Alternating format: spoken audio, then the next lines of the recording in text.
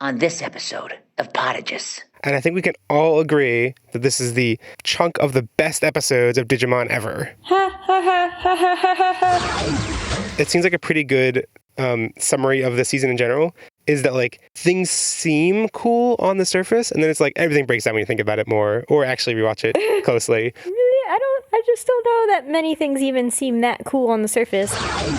So what it's implying there is Kazemon is like a young magical girl archetype, whatever. Uh-huh. And Seraphimon is an adult woman. What it's saying is that adult women are beasts.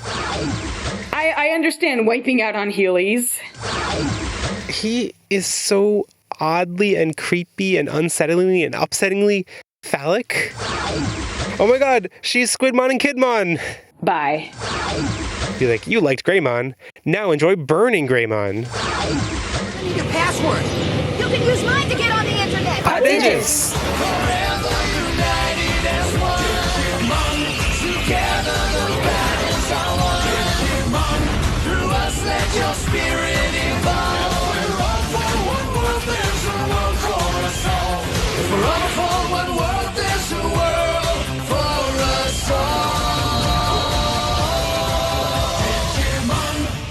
Welcome to Podigious, episode 402, Beauty and the Beasts. Beast Spirits arc.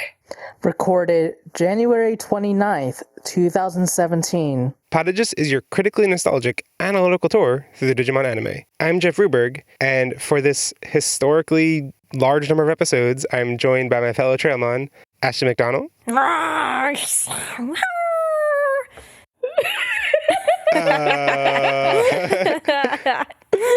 Asher Softman.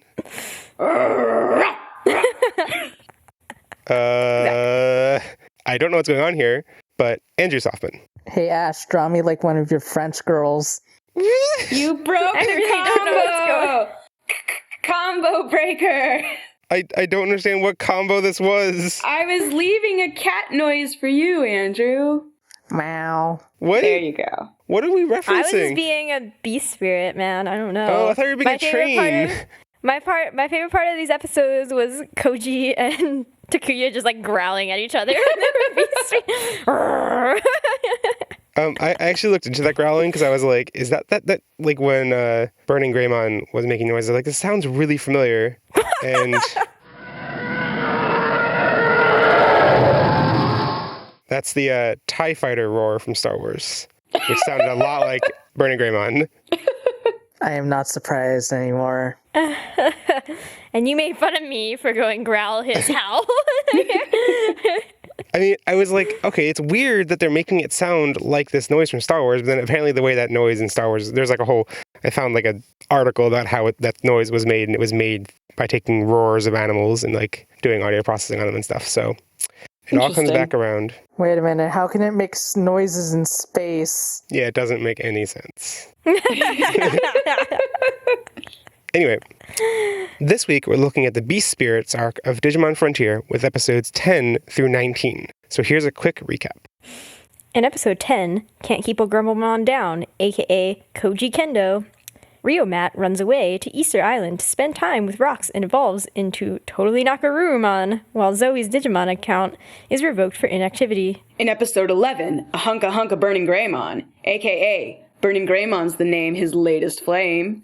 The kids go to a fortune teller conference in town. Tommy's Digimon account is revoked for being underage, and Takuya joins the Beastie Boys. In episode 12, Fear and Loathing in Los Arboles, aka Control-Alt-Delete Your Spirit, Takuya snaps out of his Beastie Boys obsession when Tommy cries into his eyeball, and then defeats Gigasmon and leaves Zoe's spirit behind because patriarchy. In episode 13, Better an Egg Than an Eggshell, aka Oops, Another Angemon, the kids finally reach the forest terminal and learn that mirrors are the undoing of middle-aged men. Frontier tries to one-up Adventure by killing off palette swaps of both Angemon and Wizardmon in one episode. In episode 14, Noemon, aka Secret Tunnel.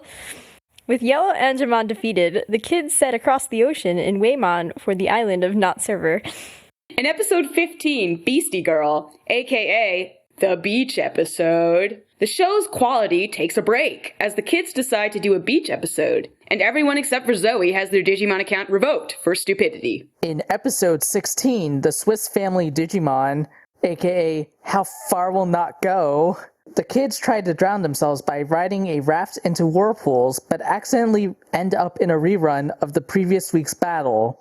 In episode 17, Bizarre Bazaar, aka This Little Piggy Went to Market, the kids chase Toucan Sam to the Autumn Leaf Fair. Tommy wins his Beast Spirit in a shady Space Invaders knockoff, and everyone gets their Digivices back through the power of pity. In episode 18, Trailmon versus Trailmon, aka Please Stop Talking About Digilube. The kids get distracted on their way to the ominously pretentious star, and finally each get a Digimon partner. But they're all trains. Also, there's way too much talk about Digilube. In episode 19, You Want Fries with That? AKA, Welcome to Digiburger, home of the Digiburger, can I take your order? The kids arrive at the Good Burger, but are quickly sucked into an episode of Iron Chef. Or maybe Chopped. Takuya and Koji are so absorbed in cooking for each other that they don't notice that everyone else is abducted. Okay, so this was an unprecedented number of episodes for us to be covering on Podigious, and I think we can all agree that this is the chunk of the best episodes of Digimon ever. The longest run of 10 great episodes, amazing quality. I totally didn't write "kill me" several times in my notes. Oh, that's dark, actually. I was real mad. I was like, I don't have time for this nonsense. I too. I mean, Ashley and I both watched the majority of these episodes yesterday in like at least you played hockey yesterday, but I was just like, my day is this. Ugh. And why did you do that to yourself? Even I broke it up into 2 sittings. Oh, it was multiple sittings because it was over the course of the entire day. So no, but I did it over 2 days. I watched it last week. Someone owes me a cat. I watched some episodes. I watched 1 episode on like Wednesday and then 2 on Friday or something. Ugh. Or 3 on Friday. I had 6 to watch yesterday. Oh yeah, I had 7 because I watched 1 on Thursday, 2 on Friday, and then 7 on Saturday. I actually rewatched some episodes of Ash. Oh boy! Wow, so you got all the awful twice. Yeah, he rewatched like some of the worst episodes with me. Why? Because I cried. Because there was an amount of nostalgia involved because that beach episode was on all the time. Huh. Yeah. So I think we can summarize this arc with... This is so dumb! Yes. This is so dumb! I love that. You tell it like it is. Takuya summarizing this whole show. We can also describe how many episodes we had to watch with... My tummy feels like a melon. What? I loved when he said that. I was Melon! like, yes. Melon! Melon! Oh boy. All in favor of revoking Jeff's Soundboard. soundboard privileges, say aye. Oh no! All right, that one was good. He's redeemed himself. Yes. Yeah, so, okay, we've alluded to it. What did we think about this arc? It's It awful. was garbage! Except for like 1 or 2 episodes. I kept calling it garbage while I was watching because Andrew was there, so I had someone to actually talk to for once, and I thought of you, Ashley. Yeah, you were just like, garbage. Garbage. What? You were just like garbage constantly. Okay, there were, were there moments? I guess. Oh, there was one moment. There's one moment that is like the height of my Frontier nostalgia. And remember, Frontier got me into fandom in a big way. Was it the jacket moment? Yes, it was the jacket moment. I was like, is this what Ash has been referring to? Yes. The one moment. The one moment. One moment to, change all the course of history. It was a pretty strong moment, but I was like, I guess this has to be it. This was it. This was the thing that... Hey, when you have shipper's goggles on, there are a lot of moments, okay? But that was the big one. Yes. Oh, God. biggest. No. The biggest of the moments. When it came back around in the recap, there was like a shot of them having fallen off the raft or whatever, and I was like, Kochi's jacket really does match Zoe's outfit rather well. So I guess that means like... Right? That's what I'm saying. They looked great together. Although I must say, this arc made me rethink a lot of my ships, but I don't... I mean... Is this the place to talk about it? In what way? As we're talking about the quality and everything, I just want to, briefly, I mean, we had the recap and stuff, but, just want to briefly allude to the fact that, this arc is more so than, this happens for most of the arcs that we cover, they're, not decisive, here's the beginning of a story and here's the end of a story. Is we're talking about them as arcs, but it's really just, a bunch of episodes. And because we're covering Frontier in fewer podcast episodes, it inevitably, they have to cross some lines. So I think there's a natural breaking point at the, episode 13, when they meet Seraphimon. And that kind of is, where the tone shifts for the next couple episodes. And, we're spanning we broke it down by beast spirits, which I thought was the most natural thing, but it does kind of I don't know, it there's dramatic tension, then everything shifts, and then it's okay, here's the new status quo, but there's also lots of random filler-ish episodes, and it's a strange breakdown of episodes. It's a very weird assortment we watched, I thought. Oh, see, when you brought up Seraphimon on the heels of my shipping conversation, I thought you were going to talk about Seraphimon and Sorcerermon. Which was Sorcerermon was totally I love you, Seraphimon. He was you are really, I love you. I will follow you to your death because I love you so much. Yeah, it was intense. But if Sorcerermon really loved Seraphimon that much, he would have tried to take care of the egg. He wouldn't have left the egg behind. Oh, no. He had to give the kids time to escape with the egg. Oh, okay. He loved it so much that he had to let it go. Yeah, exactly. Also, I mean, the legendary warriors are important, and he's not, because he's not a legendary warrior. Because he's just a recoloring of Wizardmon, who's more important. He was cool, though. I liked him. I'm questioning whether legendary warriors are that important or competent. Competent, no. They shouldn't be important. It depends on who has it. That's true, but also the legendary warriors are kind of their own people in a way.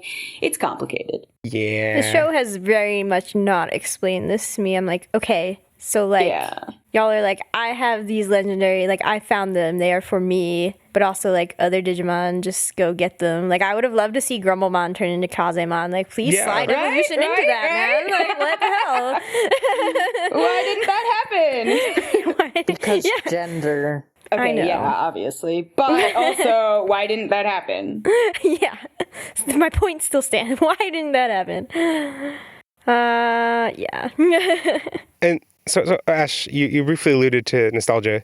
How does this arc, how do the episodes in this arc live up to nostalgia? Were there any things that you, aside from the shippy moment, that you were really looking forward to? No. Because even when I was young, these are some of the 10 most forgettable episodes that exist. aside from the Seraphimon, I mean, that's... No, I actually have more memories of Beastie Girl than of the Seraphimon episode. I had no idea what was going to happen in the Seraphimon episode, except that he was going to turn into an egg. But that's because I remember Patamon. No, my nostalgia in this case is not rose-tinted. I knew I was going to hate these episodes, and I didn't enjoy hating them as much as I wanted to. Nope. Nothing good. The good things that happened surprised me. I did not remember them because I was very unfair to a certain character named Tommy when I was younger. It's true. I do have to say, the moment where Koji and Takuya find Tommy after Tommy has been trying to find something to trade, and he runs into the Toucanemon and whatever, and they run away from him. Yeah. When Takuya gives him a hug, I'm genuinely endeared by Takuya and Tommy's brother relationship. Yeah. Aww.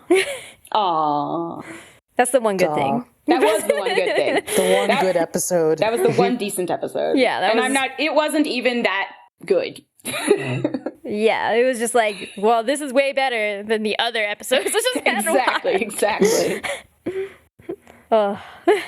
Anyway, can we discuss how JP's clothes don't make any sense, and that's why it was funny when after Koji gave the jacket and JP's why doesn't Zoe ask me for stuff? And I'm because you're wearing a jumpsuit. Yeah, why are you wearing a jumpsuit? You look like you work at a gas station in Japan. What are you? He's the mechanical ones. I no, guess. he would not be wearing that. No, nobody would ever be wearing that. Yeah. I'm 12 years old. 12 years old? Yeah. Maybe. It's really the 12 years old that gets me. Like, oh, whatever. Was there any other nostalgia for this season or for this arc that did or did not live up to expectations? When they tickled Koji, I liked that. The Great Trailmon race was not as fun as I thought it would be. Yeah, I feel like I thought the filler episodes would be better than they actually were. I was like, Why would you ever think that about a filler episode? we had just watched all these crappy episodes. I was like, all right, at least you can be funny, filler. Oh, you're not even that funny. Like, what? Nope. Fail. Nope. I mean, it had a Shadow Weregarurumon in it, which was like, okay, I'm down You with mean that. Black Weregarurumon? They called him Shadow Weregarurumon. Yeah. You think the dub is always right? I think they were correct to do that in this case. Yes. I think that is canonical for the discussion, for the media we are discussing. Oh, Okay. burn. How is that a burn? The only, it's a burning Greymon.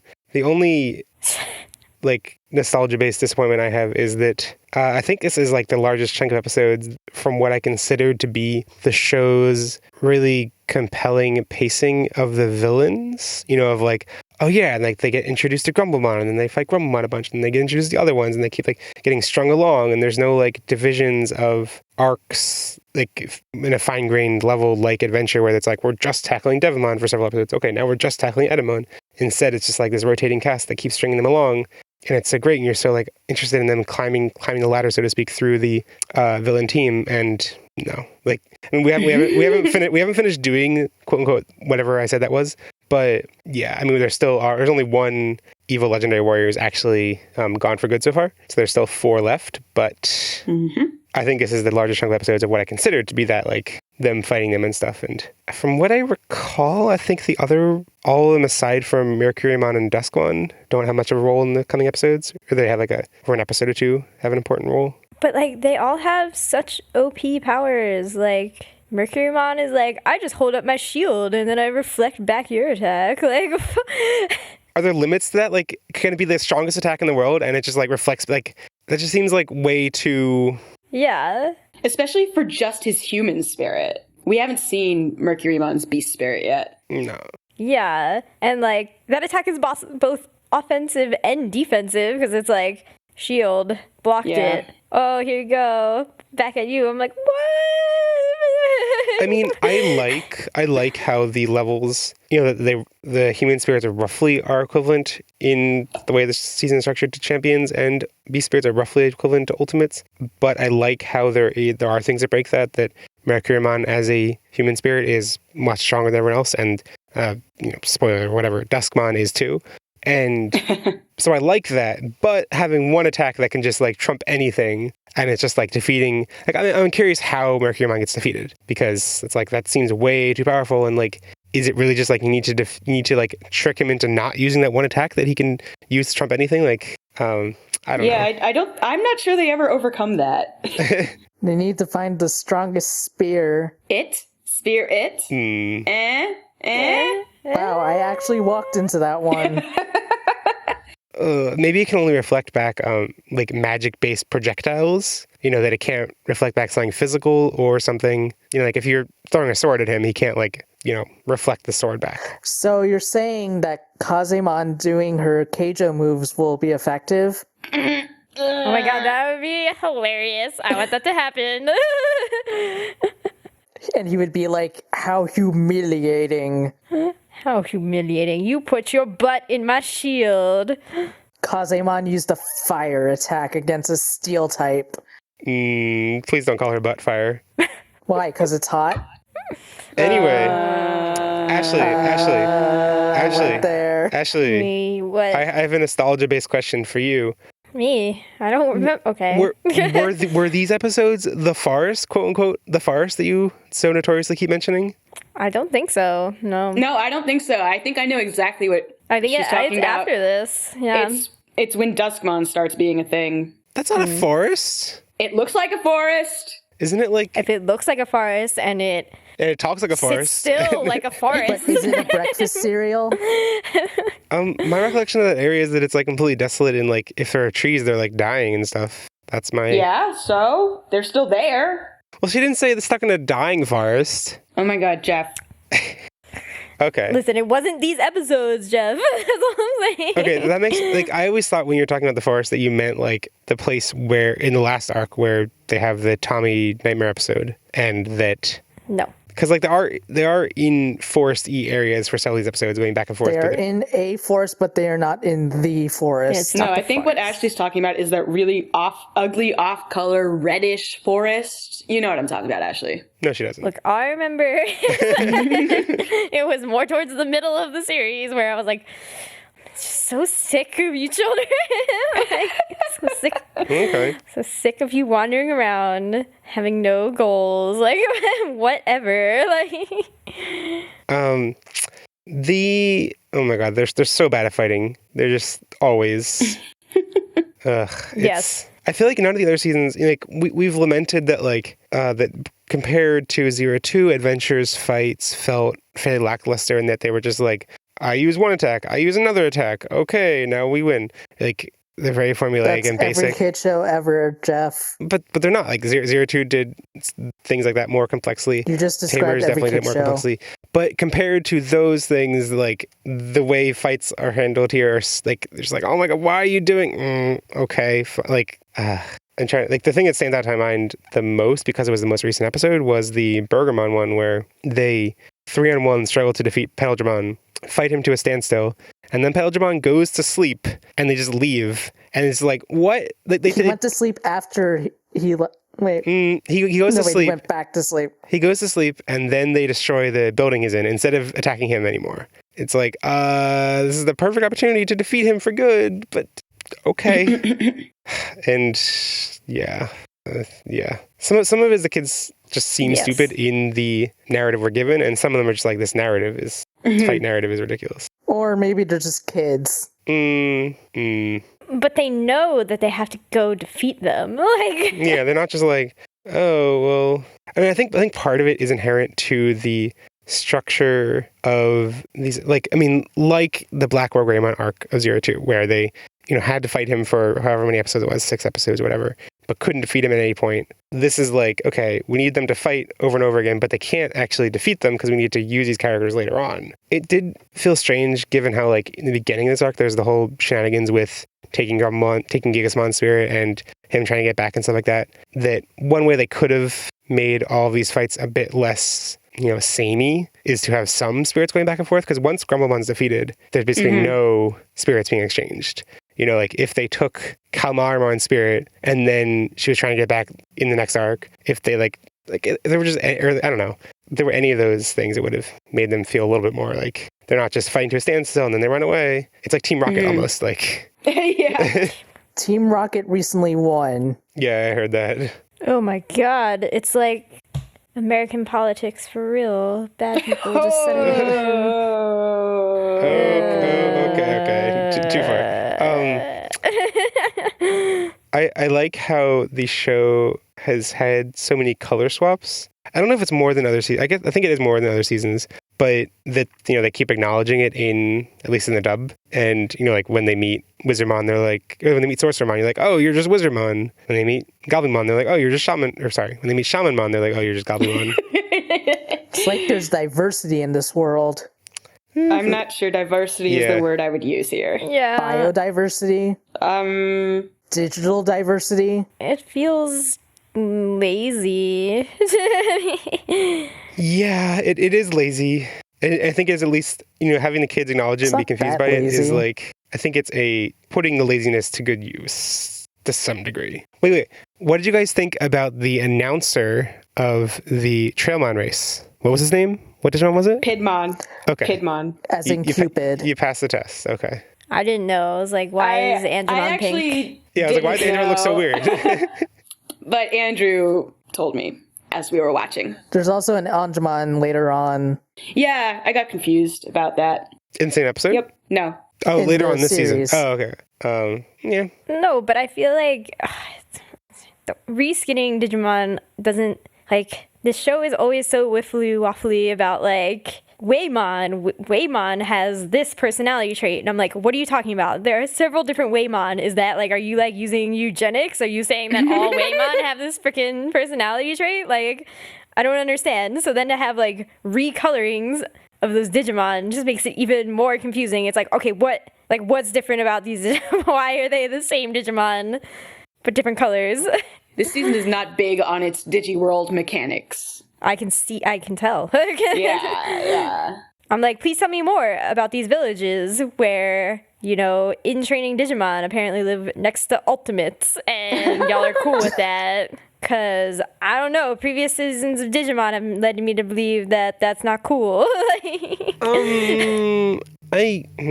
I think this season is, of the available seasons, of the Digimon seasons, is the most, one that feels like it has a fleshed out digital world. And It's just falling apart. well, sure, but it's also in premise falling apart with these things where it's like, yeah, this doesn't, it still has a lot of the same problems that Digimon always has, which is the, you know, describing Digimon with that null canon lore or whatever that is, you know, supposed to be applied to all of them somehow, and it's weirdly speciesist or racist or whatever. And Well, Pokemon does the same thing, so whatever. Yeah, that's how I excuse my media. If Pokemon does it, it's okay.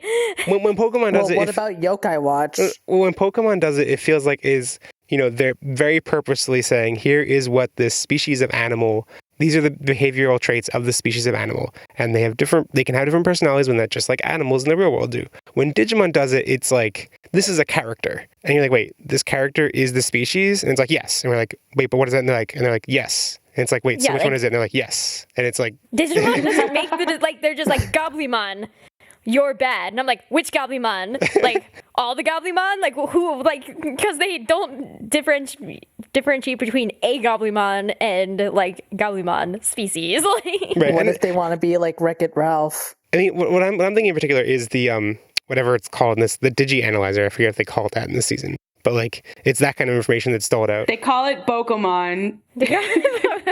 No, it's mysterious voice. Oh, is it Ophanimon? Is it Ophanimon? Yeah, isn't that made clear that it's Ophanimon? Pokemon just does the spirits. It doesn't make sense for Ophanimon to be narrating the Digimon they run across. Well, Nothing makes sense. It's a similar, like, female voice, but I don't think it's supposed to be Ophanimon. It's okay. Ophanimon. I'm pretty sure it's Ophanimon. Let's talk Whatever. about adventure callbacks. Like I mentioned in the recaps, Wizardmon sacrifices himself again, but he's recolored. Angemon sacrifices him, or not Angemon, Seraphimon / new golden Angemon dies in the same episode that Angemon died. Is he golden? I always... Not His that dominant color is golden. green to me. His dominant color is blue. His wings are yellow. His wings are yellow, yes. I was wondering if calling him Yellow Angemon was a colorblind thing from you, Jeff. No, it's just a racist thing. Oh, okay. I mean, he only has 3 colors, and it's just silver, blue, and yellow. I've actually always thought of him as being mostly yellow. Like aren't his wings his like primary? Wait, are the wings not yellow? The wings They are. The wings are yellow. Okay. Tell yourself. Okay. But I don't consider that the dominant thing, I guess. I'm usually looking at people's heads. Yeah. I don't even know what the dominant color is anymore. You know? Anyway, he is killed in the same episode that Angemon was killed in Adventure, episode 13. Really? He wasn't killed. He was turned into a Digi-Egg. Which is the same Okay, thing that's as the being same thing. killed. Yeah. I mean, but also that mechanic of being turned into Digi-Egg and being carrying around the Digi-Egg for the rest of the show is also very similar to Angemon. Angemon was killed before that. No, I mean, No, 13. like they meet Devamon in like 9 or 10, and then they get split up and they come back and fight him in 13.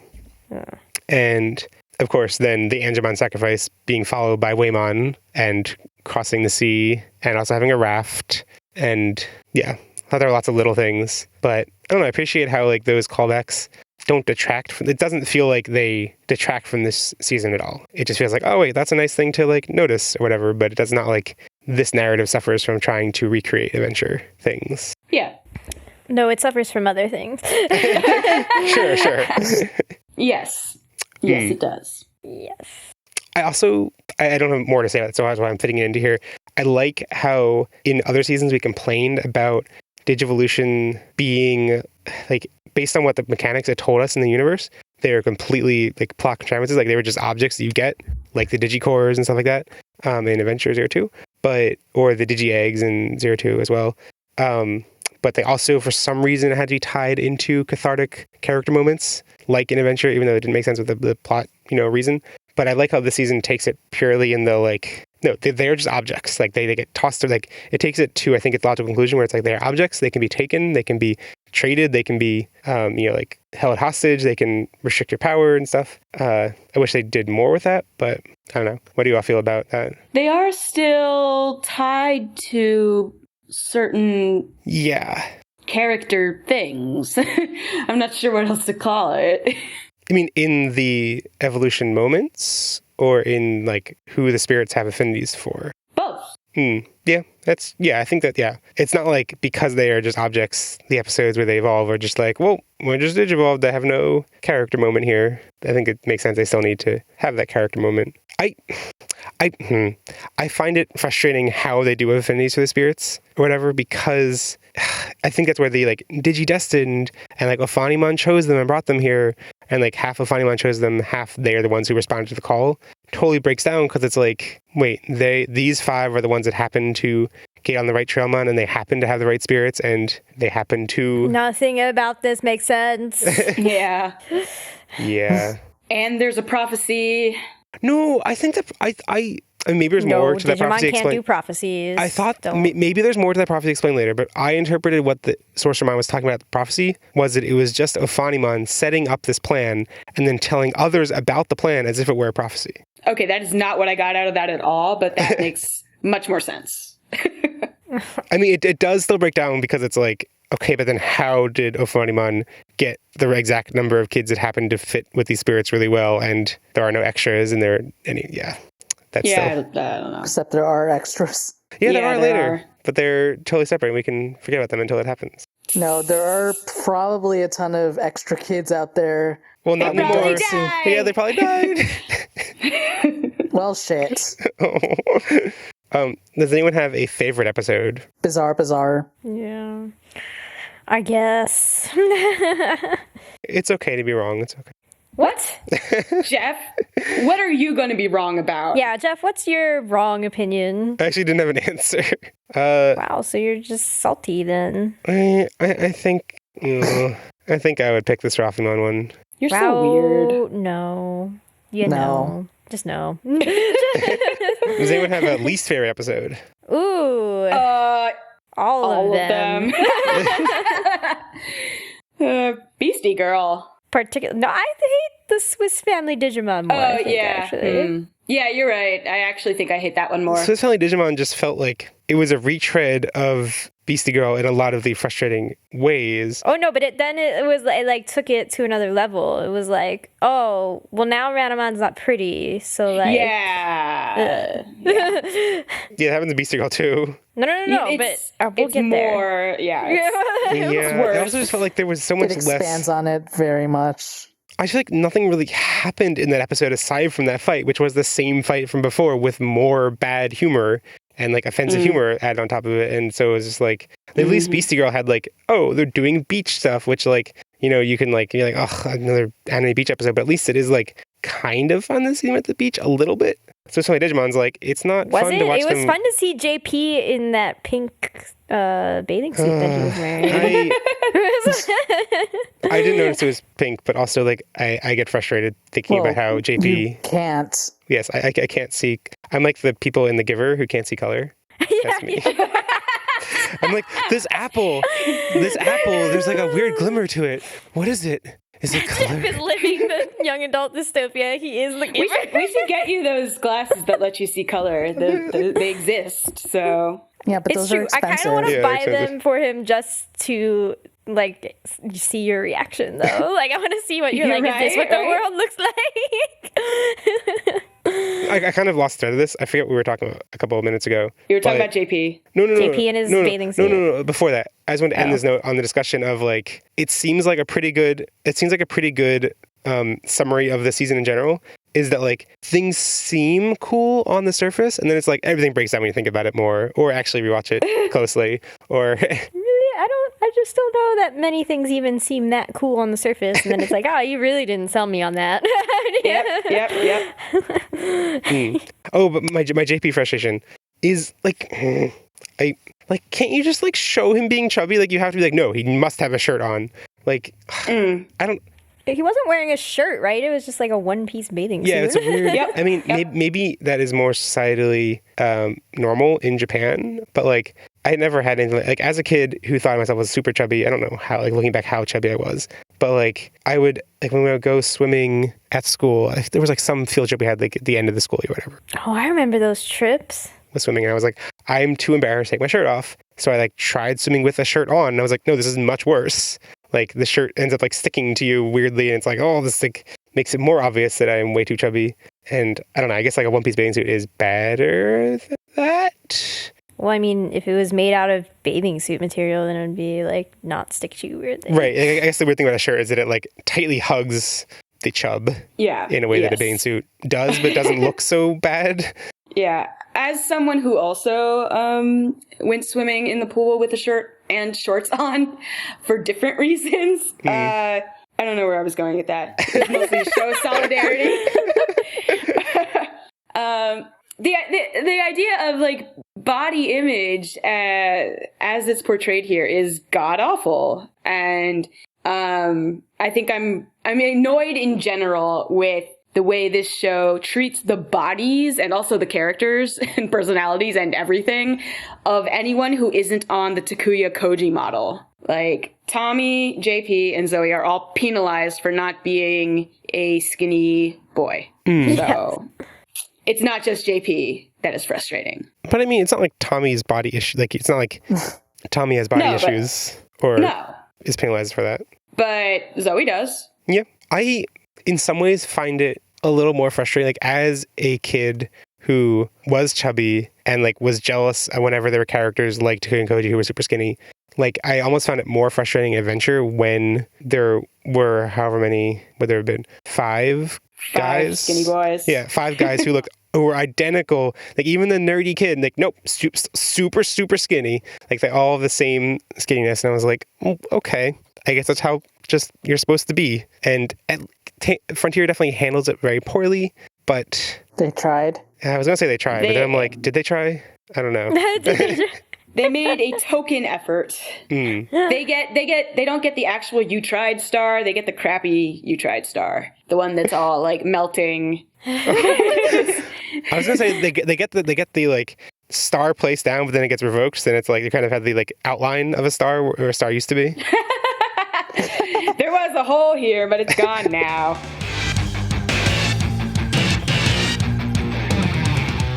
Welcome to Coastal Clash, our semi-new Family Feud-esque, but legally distinct from Family Feud, probably, except not actually legally distinct because we're not lawyers, segment of the show where we have asked our listeners 10 bizarre, ridiculous questions about characters from this arc. So for this episode, the first 5 are about the evil legendary warriors, and the last set of 5 are about the beast spirit evolutions. So our contestants this time for East Coast, representing the East Coast, we have Andrew, and representing the West Coast, we have Ashley. Oh, yes. And yeah, so the first 5 questions, the 5 answers are the legendary warriors. We're thinking of them as characters for these first 5, so thinking of the human spirits. And so that's Grumblemon, Ranamon, Arbormon, Mercurymon, and Dustmon. I was like, oh, come on. And the beast spirits are Burning Greymon, Kendo Garurumon, Korikakumon, Metal Kabuterimon, and Zephyrmon. And yeah, I think that's all I need to explain. I at least should write a script, so at least like write the points I need to explain in this part. Anyway, so we're going to start with East Coast, since West Coast was first last time. So Ashley needs to remove herself from the call. Goodbye, call. Andrew, the music will start once I finish asking the first question. And then once the music ends, that's the end of... I think I'll keep asking you questions just for funsies, but we won't score them if it goes beyond that. But I mean, last week, everyone got it within 60 seconds, so it should be fine. Hopefully. Okay, Andrew. Who would become a meme about alternative facts if they were U.S. press secretary? Mercurymon. Who would be mad that Yuri on Ice swept the Crunchyroll Anime Awards? Ranamon. Who would be the first to pre-order a Nintendo Switch? Grumblemon. No, Arbormon. Who would still be using a flip phone in 2017? Grumblemon. Who would be the worst at calling their parents regularly? Arbormon. Okay, now Beast Spirits. Who needs a makeover the most? 30 seconds. Kendo Garurumon. Which is the most likely to join the Beastie Boys? Burning Greymon. Which is the biggest upgrade from their human spirit form? 15 seconds. Korikakumon. Which is the biggest downgrade from their human spirit form? Kendo Garurumon. Who is closest to a wrestling character? Korikakumon. Okay, cool. I can't believe I managed to spell every Digimon's name correctly. I've come back. I'm trying to decide if I should tell you the number of points Andrew got. No. Okay, no. Okay. Ashley, are you ready? Maybe. Yes. I'm sure. not ready because I had to find the music thingy because I didn't. So evil people are first, Beast Spirit. Yes. The evil. Let's see how many I mess up. Okay. Who would become a meme about alternative facts if they were U.S. press secretary? Holy crap. Mercurymon? Who would be mad that Yuri on Ice swept the Crunchyroll Anime Awards? Gigasmon? Who would be the first to pre-order a Nintendo Switch? Armormon? Who would still be using a flip phone in 2017? Grumblemon? Who would be the worst at calling their parents regularly?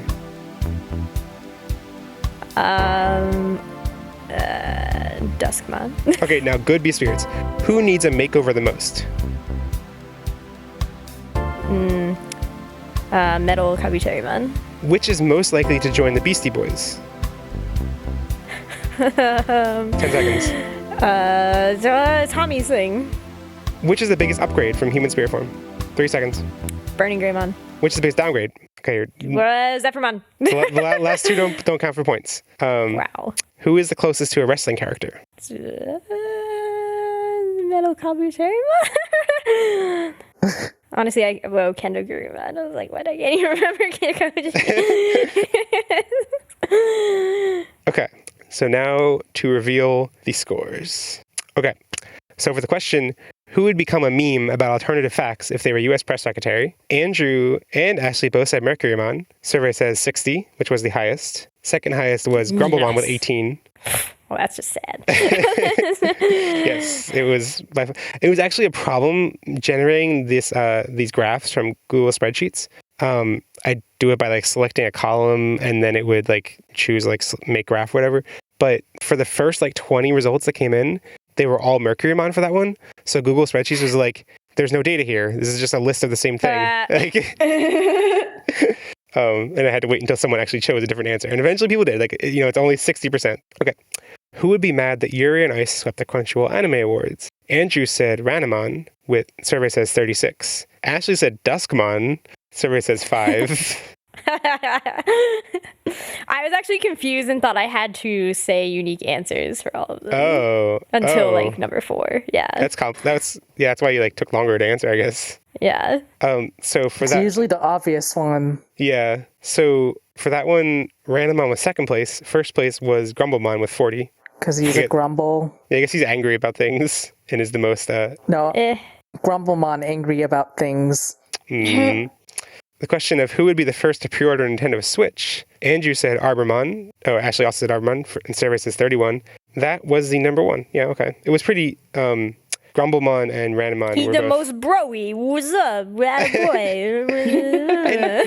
and Nintendo is the bro gaming console of all the broy gaming consoles. Your bros only play video games.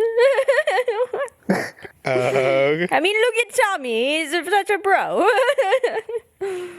Forget about it. I think that's the accent you're imitating and calling bro. Anyway, who would still be using a flip phone in 2017? Andrew said Grumblemon. You both said Grumblemon. I keep saying Andrew said this, but Ashley said that. Oh, wait, same thing. You both said Grumblemon, which was not...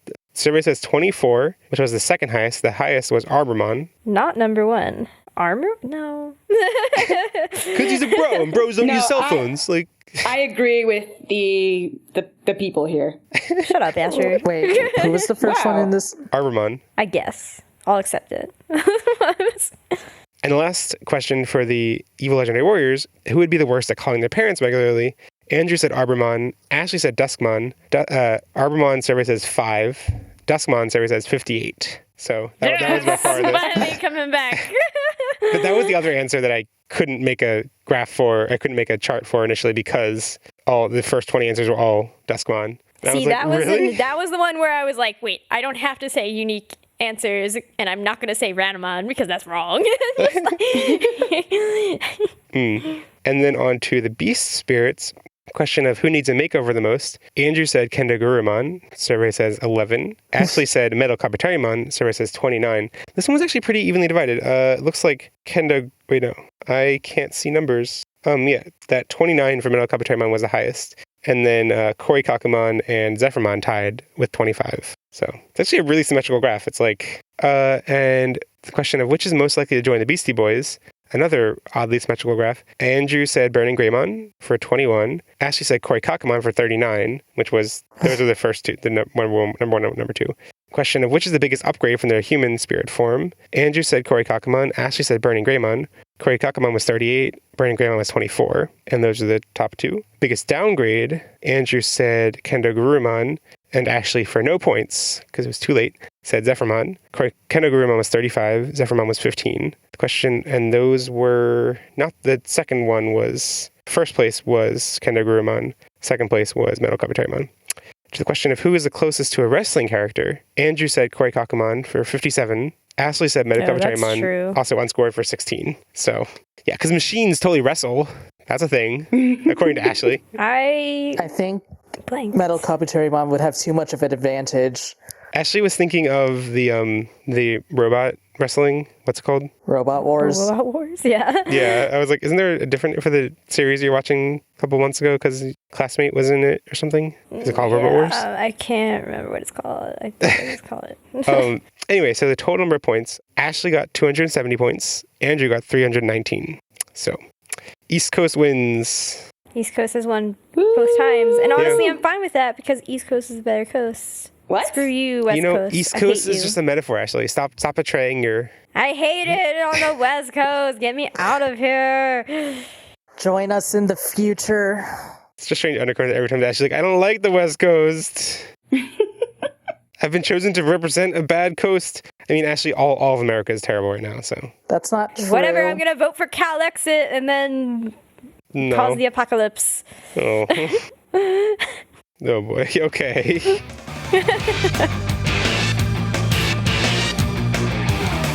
Now we're going to talk about a Patreon-submitted topic from Mega Level Patreon, Mega Level Patramon, Sam Kuwagamon. And the general threading for this topic is humans versus beasts. And Sam basically gave us a couple of different questions to discuss. Most of them are about the distinction between humans and beast spirits. So, first question was, what are everyone's thoughts of having spirits divided up into human and beast? Anyone want to start? Sure. I like it, except that it bugs me that they have different power levels.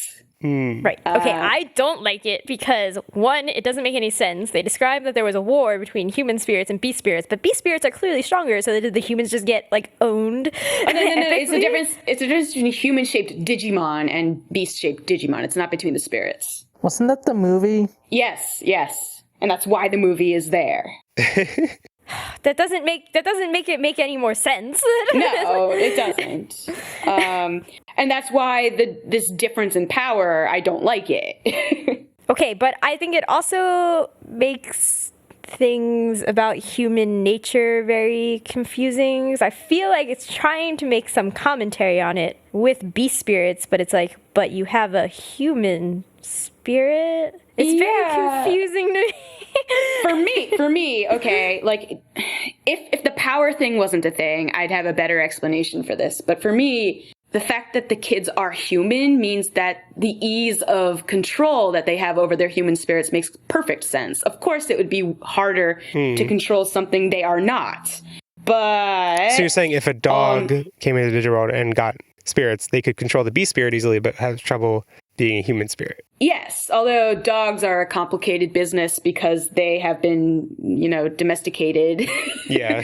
But if a wolf got into the digital world and got Kendo Garurumon's spirit, then I think he'd have a great time. Or oh my she. God, why didn't this show go in that direction? Animals come in.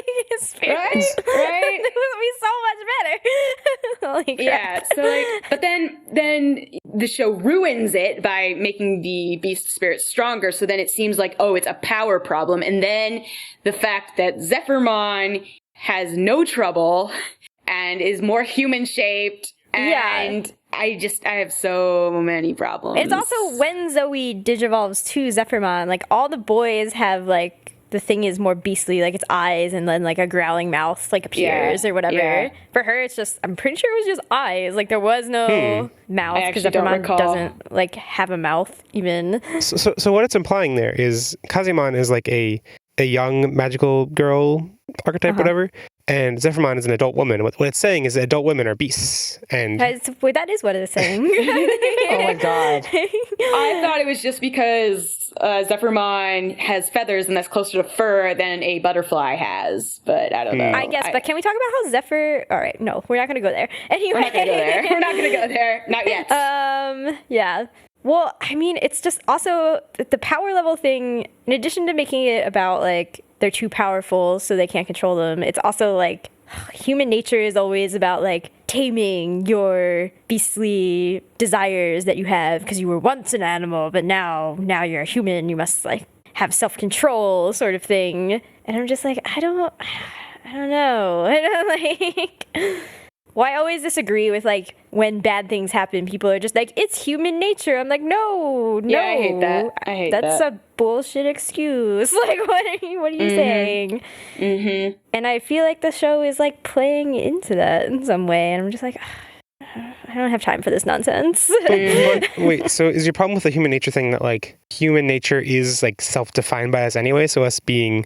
like just holding up our hands and being like, whatever, it's defined by human nature is like kind of BS because we have set that ourselves? Or are you saying that like human nature being used to describe something that is like a natural animal instinct is bad? What is your frustration with it? Like, to say that it's human nature to do something beastly is like, no, that's a contradiction. Human nature is like you fought against it. And, like, the thing that makes humans great is that they are able to evolve. So to be like, oh, but sometimes you just, like, go back to your debased self is like, that's not a good excuse to, like, say that something was okay. Or even if it wasn't okay, like, it's acceptable. Like, you understand it in some way. Yeah. So there's that. And I also disagree that... like beasts are inherently, so like animals are inherently like not as good or not as moral or not as smart as humans. They just have a different kind of consciousness. Yeah. And the way that beasts are normally portrayed, particularly here, it's like they just attack everything willy-nilly. And it's like, no, there's no animal that does that. Like, yeah, humans do that. Yeah. Ugh. Well, I mean, I think there are animals that do that, but it's not a normal state. No. There's no animal where that's a normal state. Where like, well, sure, if they get rabies, but if a human gets rabies, they do the same thing. That's really what it should be. Human spirits. It should be human spirits and rabies spirits. That should. Yes, rabies, exactly, yes. exactly. Yes. And then they would all be afraid of water, and I'm angry. Yeah.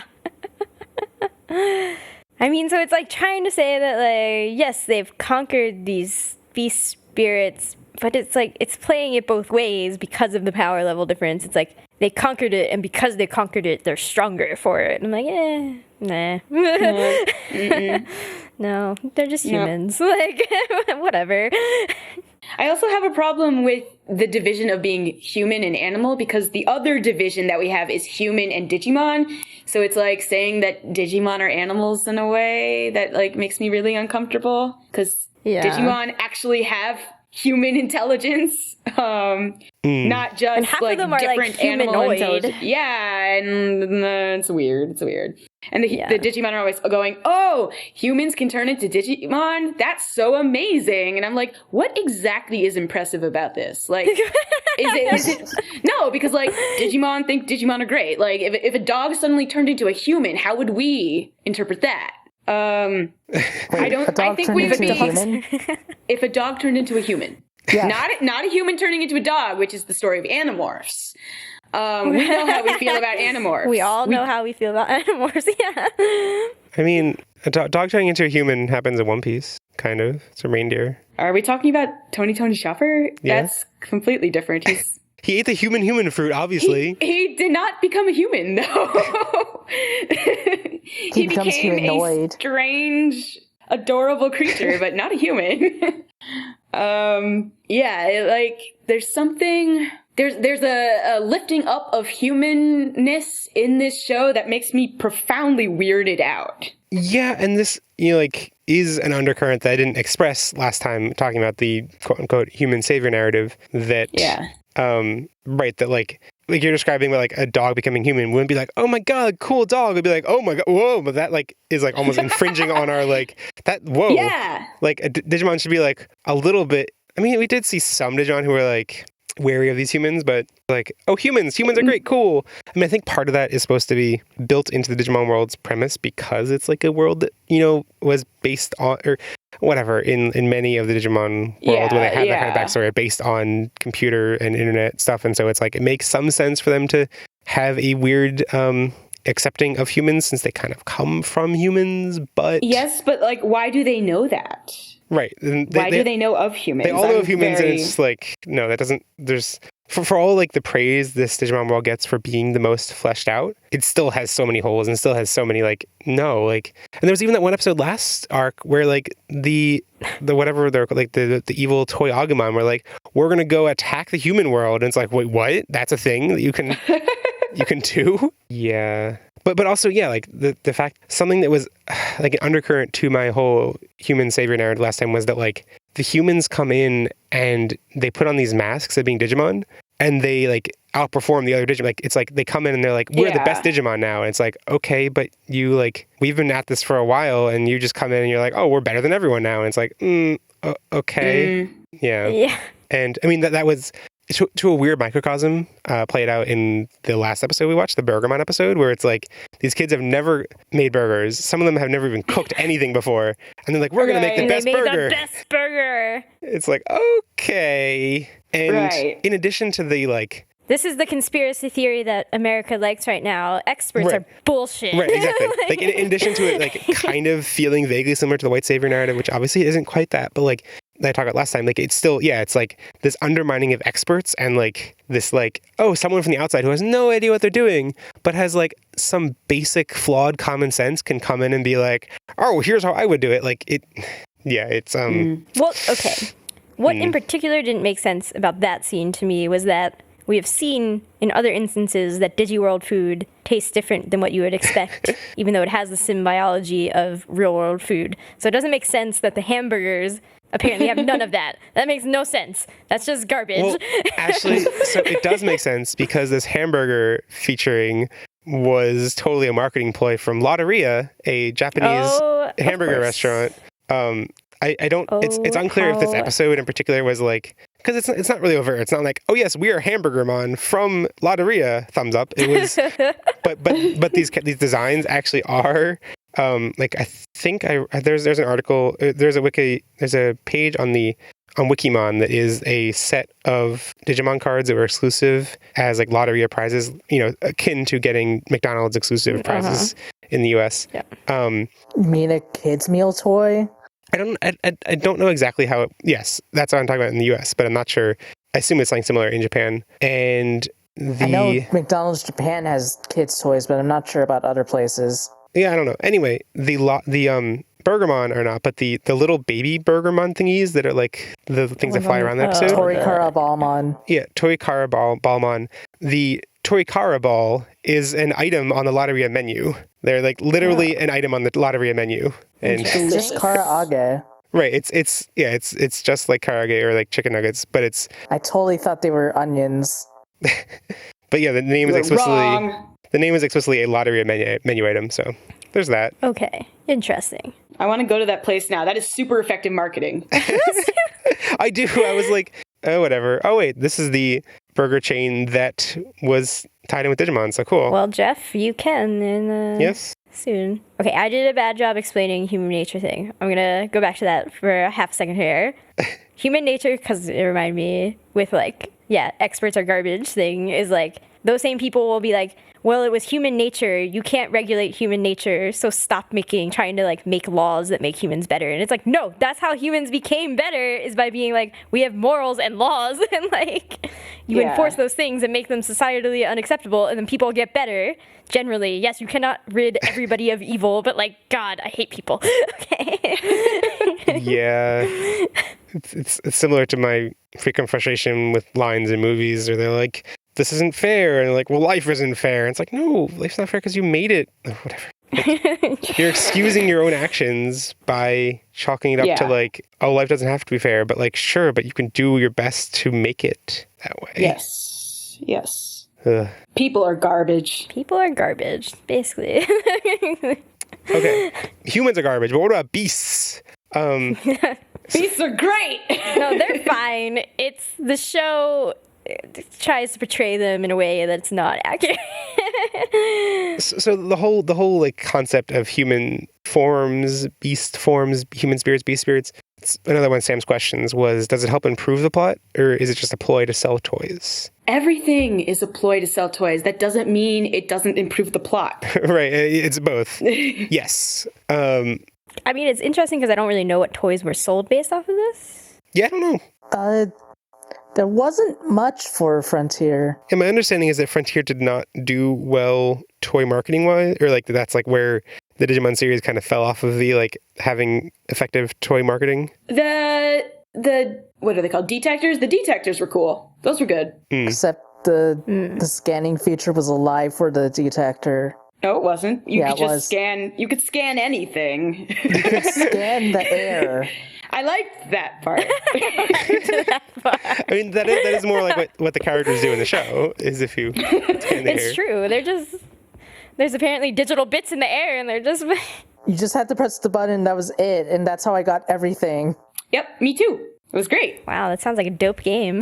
Right?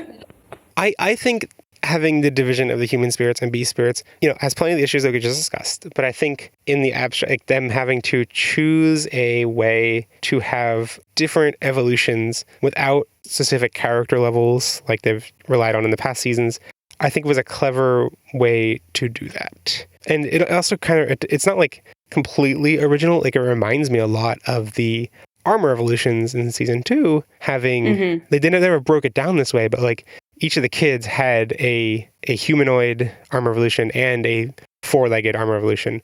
Although mostly those, four legs versus 2 legs, is that a real distinction? 4 legs versus... That is a real distinction. Okay. It's quadrupedal versus bipedal. But yeah, like the quadruped ones were clearly to ride, so that was a little bit different, but... Well, actually, the one exception is Cody, because Seraphimon, they're both to ride, basically. Wait, no. Actually, I wouldn't ride Armadillomon. Yeah, no, Digimon is what you mean. Digimon? Yeah, that's what I meant. Yeah. I wouldn't ride Armadillomon either. Well, yeah, Digimon was not rideable. Seraphimon was rideable, but did not have 4 legs, but did have a, it's still like I'm lying.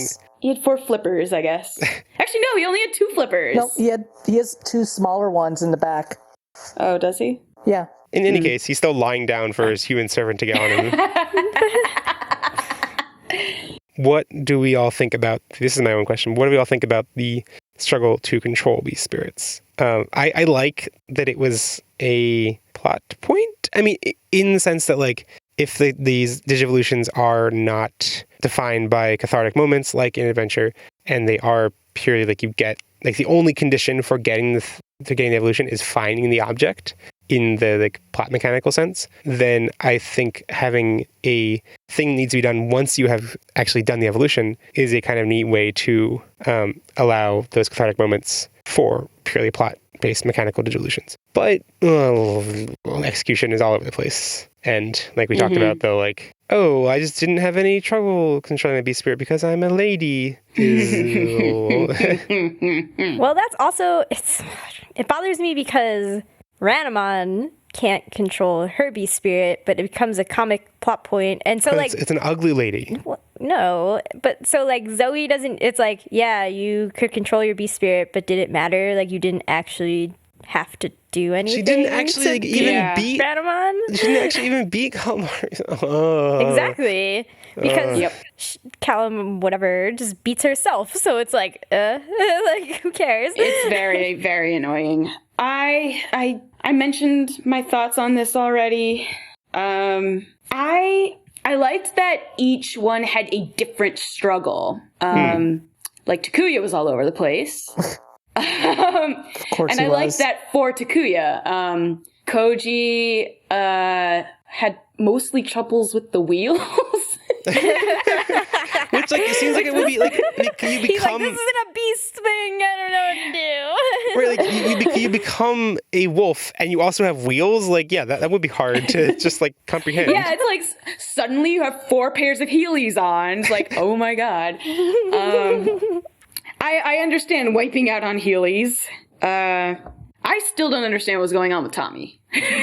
Apparently his what was like. that? Like, if, let me look up the description of Korikakumon in the whatever null canon lore, whatever, describes him as, like, praying in battle. Okay. On the brink of battle, it always pauses to offer a prayer to the god of ice and snow in which it believes, then shouts the name of a special move and something humorous. Okay, that's a weird, like, Digimon detail, species level detail. But, yeah, so I think it's totally weird because, yeah, they don't, like... Super weird. It does seem like if you try to parse what's going on, it's like, okay, I guess he's like pausing because he doesn't want to cause destruction or something. But who knows? Yeah, who knows? The way he is like holding himself, I always read to be some kind of prayer thingy. But yeah, I always thought he was just like, I have to do a ritual before this attack. I guess so. I have to do a ritual before I get on the payload. I liked Burning Greymon's episode. I liked when Tommy cried into his eyeball. And that was totally gross. So gross! But also hilarious.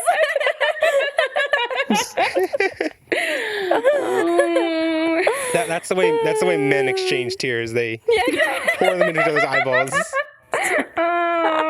Now you feel my pain. Still not as weird as what our dogs do. No, I think this is weirder. I don't want to know what your dogs do.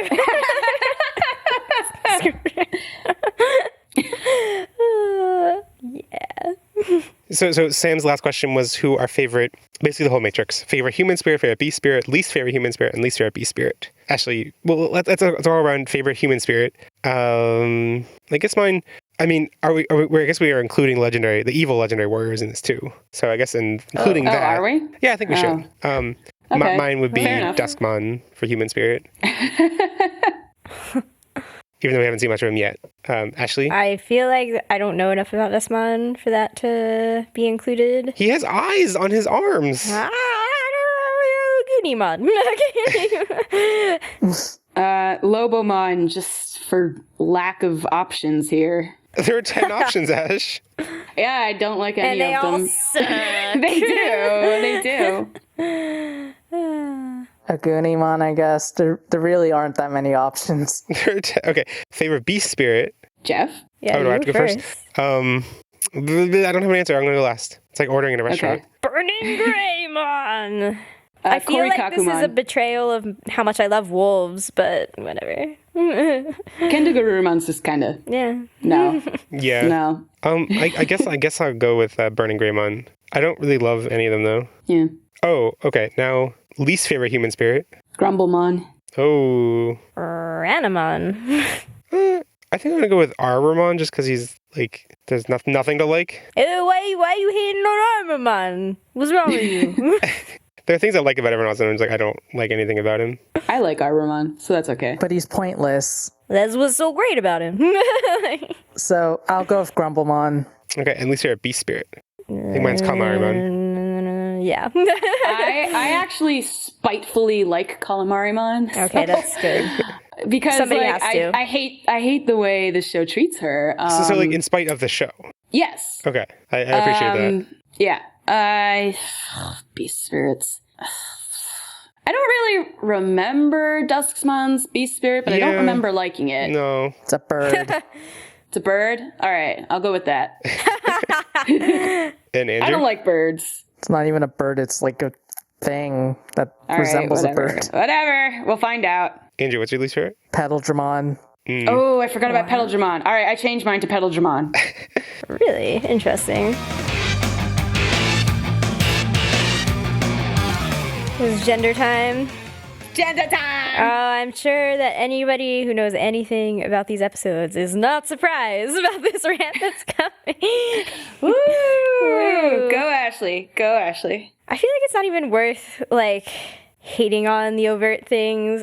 I will say that the reason I picked the Swiss Family Digimon as the worst episode instead of Beastie Girl was because in the beginning of the episode, I feel like the Toucanemon are the worst, the most privileged, awful boys, in that they are like, we did all this useless work, and how does she pay us back? First of all, you didn't do anything for Anamon. Like, none of that work mattered to her. You did nothing. You didn't give her beast spirit. Wait, actually, I mean, I take issue with this being a fault of just Swiss Family Digimon, because, like, they repeat it and make it more explicit in that episode, but they say the same sentiment at the end of the Beastie Girl episode. This makes it way more explicit. Like, they were like, I did this for you and you paid me back by being ugly. And I'm like, what?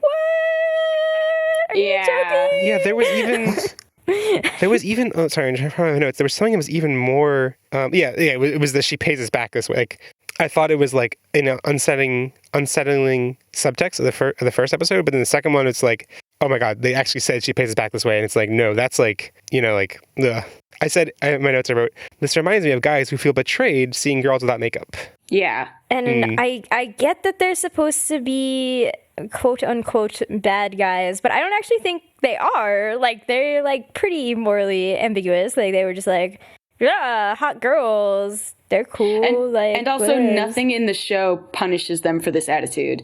The guy, actually, even Zoe agrees. Like, those two episodes just buy it. They just buy it. Yeah, and like they're punished for being callous and like leaving Tommy behind or whatever, or like stealing anything from Tommy, but not for anything else. And also, I think we should mention, because I don't think we actually like explain the context very much, but like the thing that she is mad, that they are mad about Kalmarimon paying or Renamon paying them back for whatever, is not that like she doesn't accept their help or whatever, or like betray. It's like, it's that she has this ugly beast form, and like, yeah, it's that she like was framed as this like Digimon idol, and all super pretty, and they love her so much, and then it's like, oh, but it's not like she no longer has that form. She's still like, her base form is that same idol thing. It's just like, oh, but she has the other form. Oh my God, the fact that this other side of her exists, it's a total betrayal to my, like... Yeah, also, the language they use, even when they're talking about cute Renamon, they use the word cute and not pretty or beautiful. There's something about her being little, her being adorable, her being...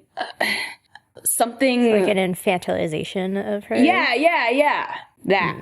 It's obnoxious. Yeah, and I guess that's like part of the idol nature in Japan. Not always, but yes, often. Yeah. And the thing that I'm saying that they didn't actually do anything for her is that like they still stole all the kids' detectors except for Zoe, but like that didn't matter in the end for Renamon. Like, yeah, that was pretty confusing actually. It didn't help her destroy her. It didn't help. Like, they didn't give her the spirits at all. They didn't attempt that, actually. Like, it was just all garbage work that they, like, didn't add up to anything. Yeah.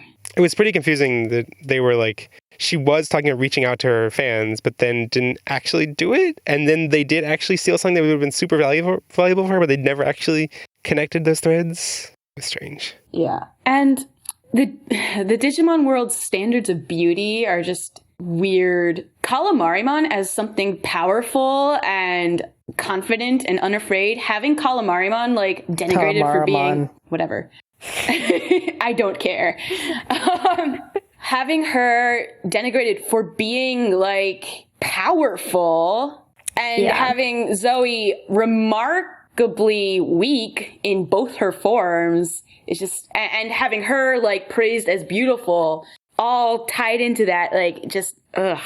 I really hate this season's take on gender. Yeah, For so many reasons. Zephyrmon sounds cool because there's a Z in there, but Zephyr is just like a light breeze. Right. It's not even powerful at all. not even like And a if you powerful add breeze. hill to it, it's a water brand in America. Actually, Yeah. Florida. It's only in Florida? Yeah. I find Kalmaramon being like the whole, because like in on paper in the abstract, Kalmaramon reminds me a lot of Ursula. That's the right name, right? From Yes. Little Mermaid. And I haven't seen Little Mermaid in a long time. I guess I've played Kingdom Hearts more recently. But like, I only think of Ursula because my sister is like a big fan of Disney villains, and especially Ursula for having very non-standard form of beauty, and is this like I think she is like Ursula is supposed to be based on a particular performer. I think I remember reading that. I believe an opera singer or something. Yeah. Anyway, but like I've only thought of it as like this like, oh, Ursula's cool. And I think of like people being like, yeah, Ursula's cool as being the sentiment that I've seen most recently. And I forget that like in Little Mermaid probably they're like, no, Ursula's ugly. This like non-standard form of beauty is bad. You guys aren't gonna like this. Ursula is based on a drag queen. I think I remember hearing that. I mean, yes, that's bad because in world she's evil and people don't like her. But Right. Okay. Yeah. That's definitely though like the fact that it's like portraying this form. I mean, that's also like in terms of portraying the form of beauty as being terrible and bad too. Disney definitely has the like queer characters only exist as villains problem. Right. But then the Toucanemon also their next step is to be like, okay, let's exploit our connection to beautiful Ranamon, to people who don't know her secret of being ugly, to sell these things that we stole from other people. Ha ha ha, isn't that a great idea? I'm like, what? It doesn't make any sense because like, is it like widely known that these things are owned by the enemies of Ranamon?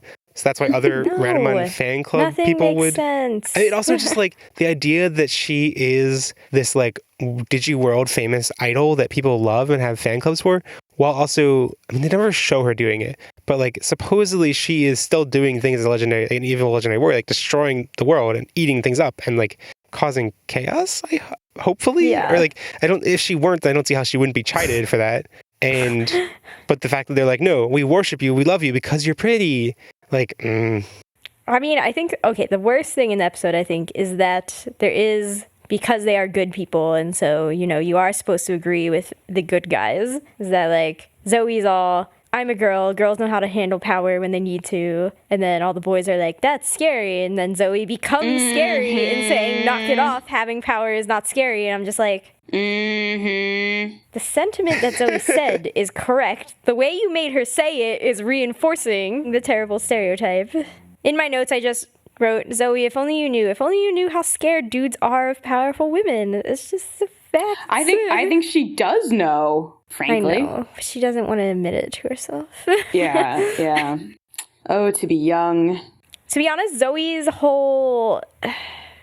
as a character didn't make any sense to me through these episodes. Like, she loses her spirit, seems sad about it, but like goes neither way. But it's not like, we must get my spirit back, but is neither like, yeah, whatever, I don't care. It's like somewhere in the middle. She's not given like motivations either way. She gets it back, becomes like, I'm the coolest, woohoo, like, you don't have your spirits. I got my beast spirit, didn't matter. on that note, can I briefly rant in frustration that I really got the vibe here. Okay, so her losing her spirit. Okay. First off, I appreciate that it was through her own action. Like, it wasn't like her just being the wrong, like, she chose to save Tommy and chose to kind of sacrifice herself there.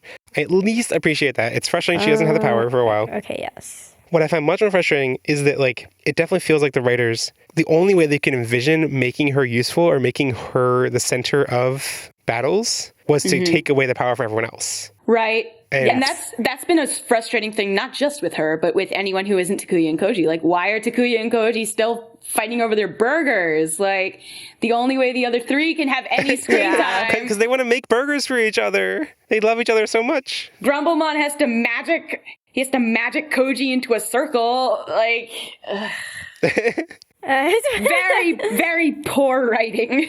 But I find it so frustrating that, like, when, like when Tommy needs a moment, they can write a scenario such that he's the only one who has the devices or whatever. I guess that's actually pretty similar. But like when JP gets a moment, when any other characters need to have some space to have their moment to shine, whatever, it's not because they're the only ones with the power to attack. But Right. And everybody becomes like very overly praising of Zoe for no other reason than like, it's like, this is Zoe's episode. It's like they're like, Zoe's speech was so moving. I'm like, no, it wasn't. That's a lie. Right. It like fits into this pattern of like, well, a girl did it, so that's so impressive. And it's like, no, but that's like, actually just hold them to the same standards and they would. It's like, actually, it was rather mediocre, but okay. What frustrates me about Zoe choosing to lose her spirit, like I agree that is what happened. However, it plays into the larger, like, I don't think these kids know any basic strategy in that, like, totally. Grumblemon was in the middle of attack or whatever. Even if she couldn't actually defeat, or I guess it was Gigasmon, like, by attacking him, she would have, if she had just, like, hit him, then the attack would have hit neither of them, I feel. And just, like, she didn't choose to put her body, she didn't choose to shove Gigasmon out of the way. She chose to shove Tommy out of the way and then get hit herself, which is, like, Like, she had the opportunity to do either and chose that one. Well, girls only fight by protecting. It's the only way they can fight. Of course. Yeah, but, like, because I feel like normally in those situations where it's, like, a person sacrificed themselves for another person, it's like, yes, because they literally can't go get the attacker. They are closest to the attackee, so, like, you cover them up. But, like, for Kazemon, that was not true, I feel. But whatever. Cool. Let's try to talk about some positive gender points, because I feel like there are. Maybe. I don't know how to feel about Pokemon embracing being a mom. On one hand, like, that's kind of cool. On the other hand, it becomes fodder for some jokes. Yeah, I mean, my first reaction was to appreciate it and to appreciate that it's like just like representation of any form of like, like you don't need to be a stereotypical like motherly to show affection to a unborn child like this. But then it's like the way it is used for jokes and the way that you're supposed to laugh at it definitely I think like, undermines that. It doesn't feel like representation to me to start with, really. It's jokes. It's also, well, and fairly mean-spirited jokes at the core of it. But it's not just jokes, because I feel like it's not always a joke, though. It's like Pokemon genuinely feels this way, and they don't always make fun of him. They make fun of him because it becomes repeated, and they're like, or whatever. Yeah. But I still think it's bad because, like, I'm like, but Pokemon doesn't need to think of himself as a mother to be a caregiver. Like, right. That's definitely frustrating. And I'm just like, I don't know. I don't know either. I like how Pokemon doesn't seem to have qualms with thinking of himself in these female terms. But yeah, it is frustrating to think that someone thinks that to be a caregiver, they need to be thinking of themselves in female terms, because that's not necessary at all. Nope. Right.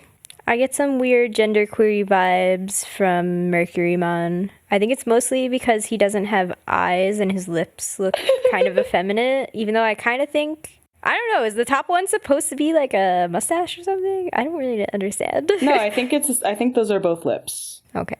Well, honestly, his lips remind me more of like a Power Rangers or Super Sentai thing, because they do that a lot. I feel like I don't understand that reference enough. Yeah, we don't have the vocabulary. There are several seasons or series of Super Sentai and Power Ranger designs that have lips on them. That's weird. Devoid of eyes and lips that move in such strange ways. Okay, no, but that's no, I feel similar. like that's what makes it weirdly feminine. It's like Mercurymon is very skinny. He talks in like weird old-timey English way or whatever. Mm-hmm. His lips are very skinny, like a stereotypical way that gay people are portrayed in media. They just the and thous. Right. Well, why'd you all agree with that? That was. Well, no, I meant more his actual voice sounds more, not like the words necessarily. But I mean, on that note, one of the Trailmon was definitely putting on a stereotypical gay affectation. Was it the angler? No, mole. No. wasn't mole. I was thinking the one that Tommy had. Yeah. Angler. Yeah. I thought that one was German. Which one was the German one? Angler was German, wasn't he? Yeah, that's what I thought. Whatever.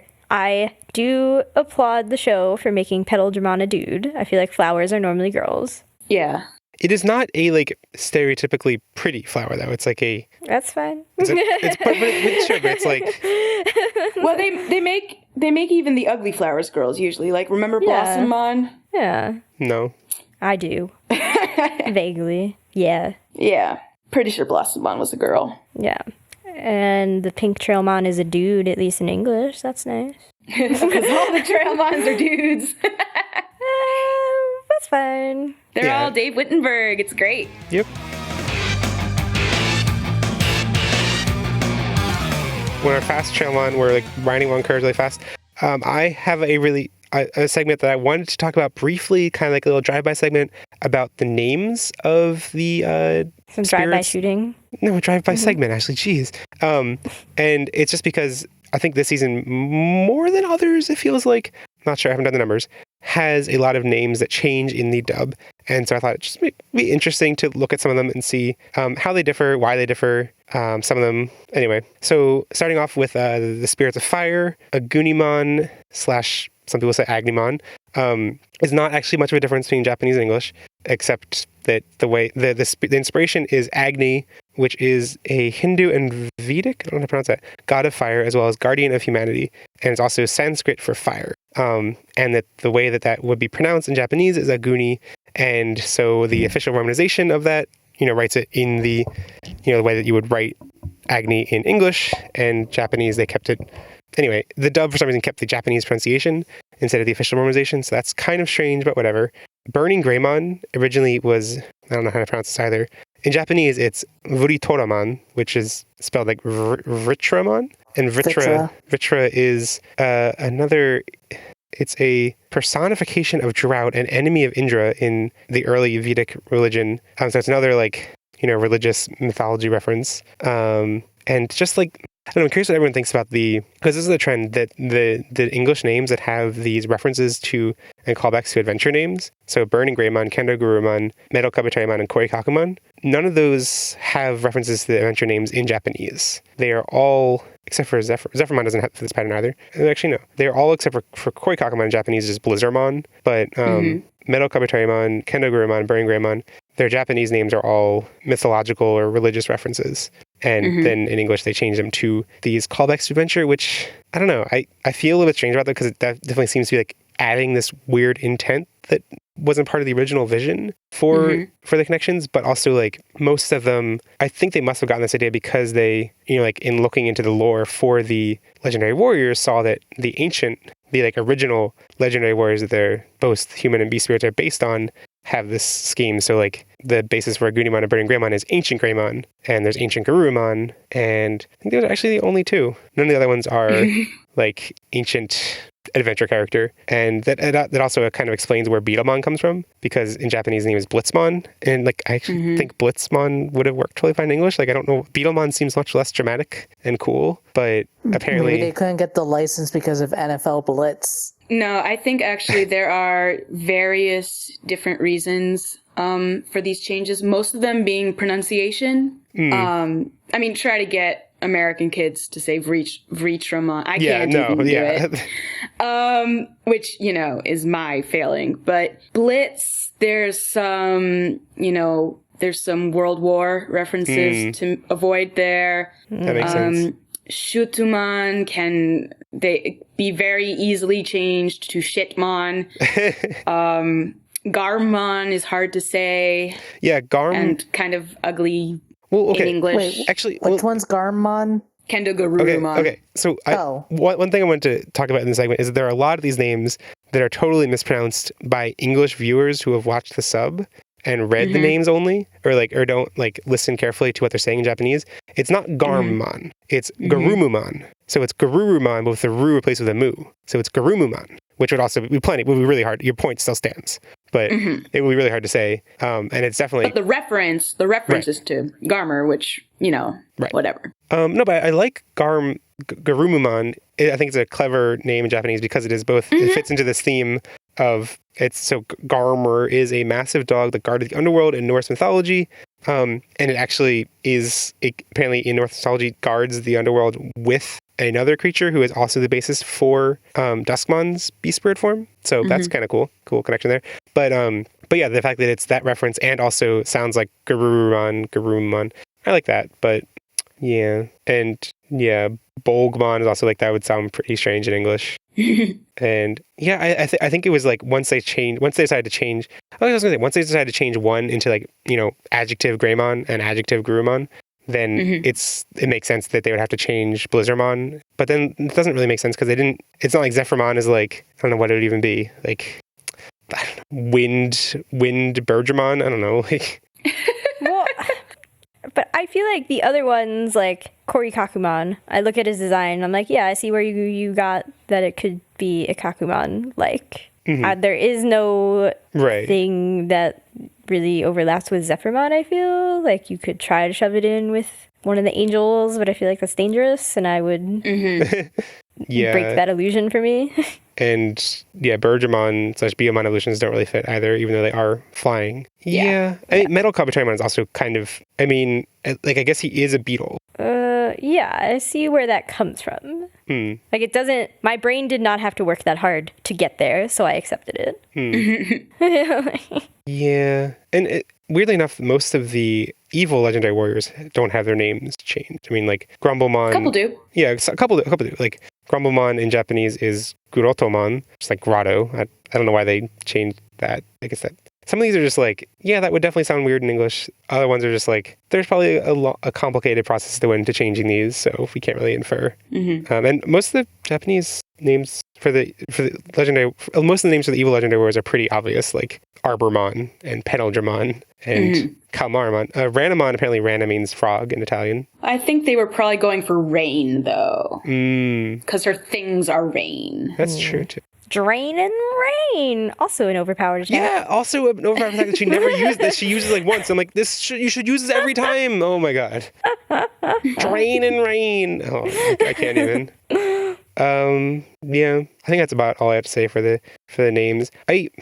Regardless of whether it's the original intent to have the Beast Spirit names be allusions to adventure, I enjoyed that as a kid. And in the same way that like having the stuff like the Angemon and Wizardmon sacrifices, that was like, oh, this is like a neat reference to adventure, but you don't need to know adventure to get this. I feel like there were similar things. They were like, oh yeah, Burning Greymon, cool. That's like a connection to adventure that, I don't know. Now that I think about it, now that I'm saying this, I feel like it is a kind of a shameless ploy to pull in adventure fans. Be like, you liked Greymon, now enjoy Burning Greymon.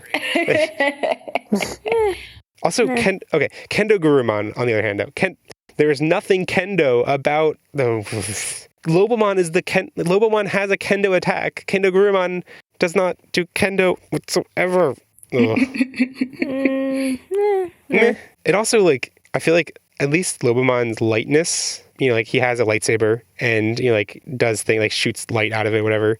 But like Kendo Gurumon / Garurumon, whatever, like what is light about him? He's white. Yeah, it's his color scheme. Like his paint job is light, and that's about it. Doesn't he have light blaster moves? Oh, maybe, but those feel like any other projectile, from what I recall. Okay, whatever. Mercurymon has another one of those names that, like, on paper looks like, if you were just to pronounce it, like, oh, in Japanese it's Mercurymon. And it's like, no, in Japanese it's Mercurymon, which is not that far off from Mercurymon. But apparently there's weird Mercurymon naming stuff because the character in Saver / Data Squad is also called Mercurymon. Oh, yeah. Maruki. Yeah. Marukimon. I'm not sure what they call that in English anyway. Marukimon.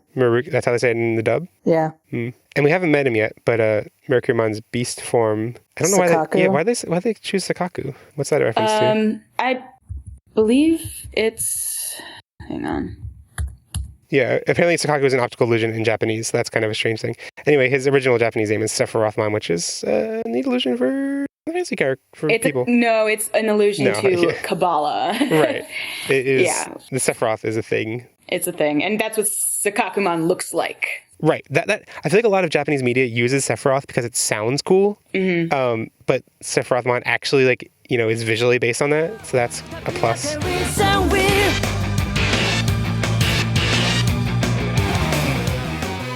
And now we are going to take a little break to read an iTunes review from Ember Moto in USA. Okay.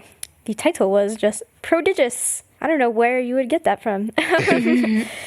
Body. One of, if not the best Digimon podcasts I've listened to. Each of the members have such different takes and ideas about the show. This creates varied and diverse discussions. Even if you have watched Digimon a million times, this podcast is worth listening to. I hope you have not watched Digimon a million times, just FYI. Moving on. It might give you a new perspective on the show, or perhaps it will make you look at certain aspects of it in a different way. I highly recommend this podcast to anyone who has ever had so much as a passing interest in Digimon. Cool. Thank you. That's a very detailed, thoughtful review. And now we will take that very thoughtful criticism, that very thoughtful praise and things that we love, and garble it by translating it back and forth between Japanese. And I think this time I mostly use Latin. Anyway, here it is. We have a new voice of Robotmon. Title, very nice, the best Digimon. I will sew another type of promotion. That is, it is caused by various causes. It's caused by various causes. Digimon disease can be protected. This is the fifth. You can see them at the opening expectation of the exhibition's new exhibition, or by other means. Digimon gives 5th place. Digimon gives 5th place. You can protect yourselves from the Digimon disease. Digimon diseases. The original line that got transcribed into that was the like watching Digimon a million times thing. So I'm like, I like how that got translated into Digimon disease. Digimon disease. That's fitting. Or like we've all been infected with the Digimon disease. Yeah. Infect your friends. Share the podcast with friends who want to be infected by the Digimon disease. Don't share the podcast with friends who have not seen Digimon a million times. Yeah, don't do that.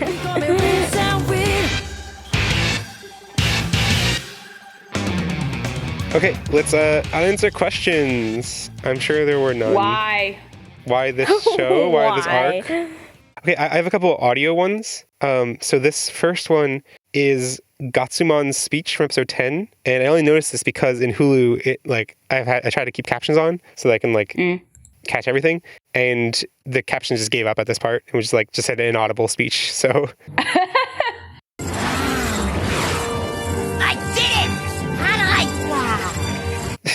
I did it! I think he said, "Aren't I swell?" What? Really? What? No! I did it! Aren't I swell? I kind of see it. Huh. Answer the question. Yes. One mystery solved. Also, did anyone else notice when it's like they're off screen in episode 10? I forget what. I think they're like attacking Gormon or something. And they all say me, but like listen to Zoe. Who's to be first beaten up real good? Me! No, me! That was Rika. I'm not sure about that. Yeah, I'm still not 100% sure about that. Me! That was definitely Rika. I could hear Zoe in that, actually. Yeah. I mean, the fact that we know Rika's still on staff, or Rika's voice actor is still on staff for this because of the narration, makes me think that it's possible. No, I really think it was Zoe, though. Let us know in the comments. Let us know in the comments that I'm right. It was Zoe in her more bratty voice. Yeah. It's Zoe in her phase where she becomes a Digimon queen. Yeah, that's her. No. Also, Nakimon, JP, did you catch his little slipping into Gilmon? Come on, do you actually think any of these weirdos can tell the future? Oh, yes, round one. Did you hear it? Hear what? I heard it. This is JP. Yes, round one. He says "Rah," but it's totally a Gilmon growl, or Oh. I mean, because it's Steve. They're both Steve Bloom. But Okay. On to questions. I have a question for Chikuya. He says the scenery back home is better. And I'm like, really? The scenery back home is better than a rose floating in the sky? Can you tell me more about that? Like, how Chikuya, crazy who is was so Japan? bored, who was so bored by that home. now thinks the scenery was better there. Oh, really? I mean, Do tell. Tokyo can be pretty. Yeah, how are Zephyrmon and Metal Kabuterimon beasts? They're not. I don't believe that. At least Metal Kabuterimon is beastier. Oh, wait, I have a great question. Did the Toucanmon eat Mickey Mouse and steal his pants? I need to know. Okay. I need to know. I'm pretty sure that's what happened. Why is this like Ophanimon's Crystal Palace thingy or Seraphimon, whatever, right next to the Forest Terminal? Like, what is that like? Those aren't thematically tied at all. Oh, if you want thematic ties, then don't watch Digimon. Why did the Trailmon come back? What do you mean? Why did the Trailmon go back? Oh, I know it. Yeah. I mean, how? Also, how could it go back? Yeah, how could it go back? Okay, you're talking about like when it's in the cave and it jumped down and then it's going to somehow go backwards. Yeah, it doesn't make any sense. What dictates whether when a kid is defeated, when they're in their spirit form, sometimes they get their fractal code exposed and sometimes they just revert back to their human form. Like, which is the, like, it's just whatever they need for the moment is what happens. Mm-hmm. Don't. Okay, I have, this isn't, where is it? It's not so much of a question as a frustration, but it's in episode 13 when they're like meeting Seraphimon or whatever, and JP says this line, "There's no way we'll leave. Even if we wanted to, we don't know how." Which is just I know. I was like, that's a lie. I'm so mad about that because it's like, what did I write down? Yes, you do. You had that option. How did you forget about this as a scriptwriter? This is a huge detail that should inform every little character decision. Like there are a few things that a scriptwriter of this, a dub writer of this show should keep in mind, and we are here by choice is one of those like 3 details.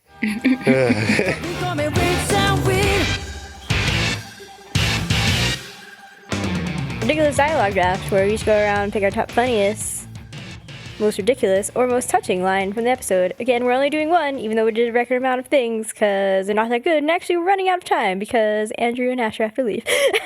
Yep, it's time for the ridiculous dialogue draft, baby. I totally forgot I got Brian Viecock to say that. Yeah, and I'm going to start off. Ashley, It's Andrew, me, Ashley, then Jeff. Okay. So you're last, Jeff. You don't get to go. Cool. Ha, loser. Me? Yes, Andrew. Okay, episode 18, JP says, She's writing, I'm writing. That's it. What? That's it. Okay. That's why do you want to pick dirty things like this? Because it's awful. All right. In the episode with Seraphimon, I guess 13, Tommy's going, Seraphimon! Tommy, that isn't helping anyone! ice cold!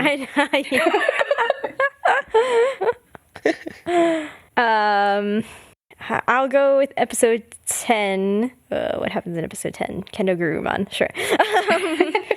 It's the other kids that are not Koji are like trying to catch up to him or whatever, and they're in the grass, and I had to go back and make sure that this is what Zoe said, but the exchanges... Stupid thick grass! I'd give anything for a lawnmower. Or a gag. You know, I was like, oh!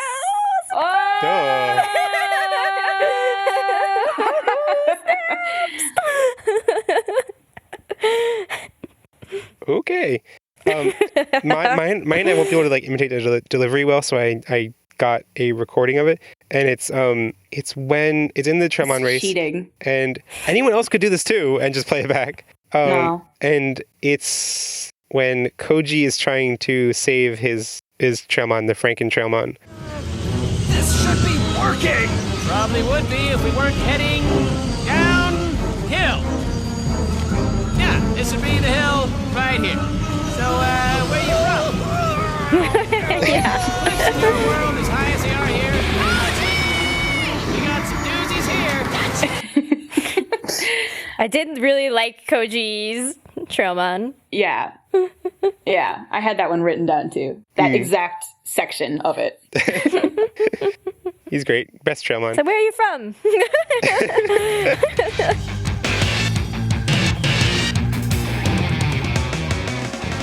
Now it's time for our terminal judgment section. This is where we wrap up any last thoughts we had about the episode, or the episodes, or arc singular. I can do math in my head, and that's not math. Okay, so any last thoughts? What's our favorite Trailmon? My favorite Trailmon is Franken Trailmon because of the RDD clip. Okay. Yes. Yes. Cool. Andrew. Whatever. For sure. Whatever. Whatever. Well, Mr. Trailmon here. You can't just pick one. You can't choose from your children. One thing I thought was a cool detail to point out that doesn't really affect anything, but autumn leaf fair in Japanese is Akiba, which is the shorthand name for Akihabara. Because it's Electric Town? No, maybe I guess that would explain it. But the name autumn leaf fair in English, like the kanji used to write Akiba, is actually autumn and leaf. So that's kind of cool. Something I never realized. That makes sense. Okay, I really liked this line, and I wrote a good note next to it, and is, as much as I love a good burger, I never thought my life would be saved by one, and I wrote Burgermon, living the American dream. Okay. I want to briefly complain about the Amida Kuji game, the game with the where they follow the lines from the top, because the whole point of it, I mean, the rules are totally not explained. The point is that like you go down the line and you have to cross as soon as you cross, and then you go down to cross, and you have to go, and then you end up at the bottom. And the way the game works is you're not supposed to see the maze in the middle when you pick the top point, and then you happen to go along. But they see it all, and they're like, "Oh, it's just like a rat." First of all, it's obviously a trap. They jump into it anyway. They don't like look. They don't. If you can see the middle, you could just work your way backwards to go to the circle one. Which, and also that takes all the fun out of it, Jeffrey. But the third nail in the coffin, I guess this is just talk about the name on being stupid. But like, if you watch them while they're going down, like they actually are consistent with who ends up where, except for Neymon and Zoe, who are on the same path but end up at different places. I'm pretty sure you're just supposed to think it's Neymon. But I'm pretty sure, like, if you map it out, it actually like that is like where Neymon lands up is the right place, and Zoe's in the wrong place. So. Well, girls. The show doesn't like girls. It's hard to see like all in one picture, so like I'm not 100% sure, but like it looked like it mostly went to the right or to the left where Neymon was, and then anyway, those are all the last thoughts I had. Any more before we lock in our MVPs?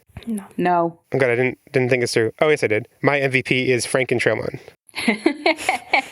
And I think for the purpose of the fantasy draft, like any Trailmon, like if anyone picks Trailmon, that's good enough for a match. Ashley, who's your MVP or MVD? Burning Greymon.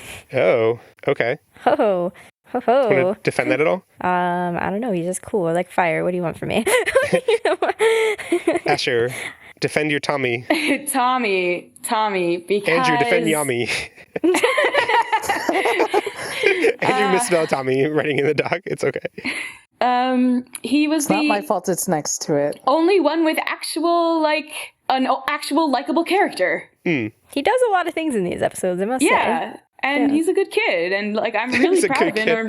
I'm really sorry for hating on him when I was a kid. You apologize for past self. He is not as whiny as I remember him. Okay, Andrew, same reason? Pretty much. Okay, those are our MVD, MVPs, whatever.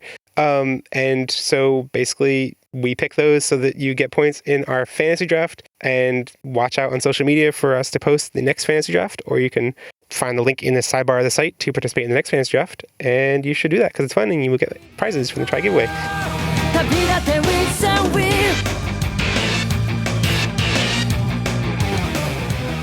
Recommendation Articulation. Okay, this week I'm going to recommend a manga called Project X 7-Eleven, which is about the founding of 7-Eleven in Japan. And it is not... It's good. It's a single volume, and it's hard to find. I found it on like Amazon used. But it is good. I wish it went into more about why 7-Eleven is so much better in Japan than America, but it says about the founding days. Anyway, it is good. You should read it. I will plug boycotting Uber and Amazon. Or just generally putting your money where your mouth is. Because I feel that many people, myself included, do not have time to go protest things. That does not mean you do not have power. I'm sure you buy things. So, like, buy things from people who do good things, not bad things. I am also seriously considering doing a one-time donation that matches our current Patreon level to the ACLU. And if I do that, I will post it before this episode comes out because it's not going to come out for forever and time is of the essence. It's coming out in a week and a half, actually. Whatever. We don't have a week and a half. Okay. Yeah, then it's kind of...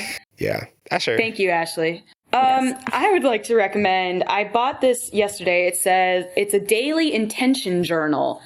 And it's like, instead of there's a pressure of keeping a journal that you have to write like interesting things in it, but here it's like, today my intention is to be generous or be whatever, or appreciate this, or let go of this, attract this. And you can put a to-do list in it because most of the page is, and here's how it all turned out. And it's a good way to get your thoughts down and make a to-do list that is somehow less high pressure and a healthier way of like being organized. I forgot to time you. Whatever. It was under 30 seconds. Andrew. Okay, I'm going to recommend Alien 9 because that's the only thing I've watched recently. It's weird. It's very early 2000s. It's a 4-episode OVA. Psychological stuff. There's aliens. There's uncomfortable stuff. So if you don't like underage, like psychological horror and nudity, then don't watch it. And it's kind of incomplete, but the manga goes on further. And it's an allegory for growing up, because obviously. Because everything really is. It's true. It's true. It's facts.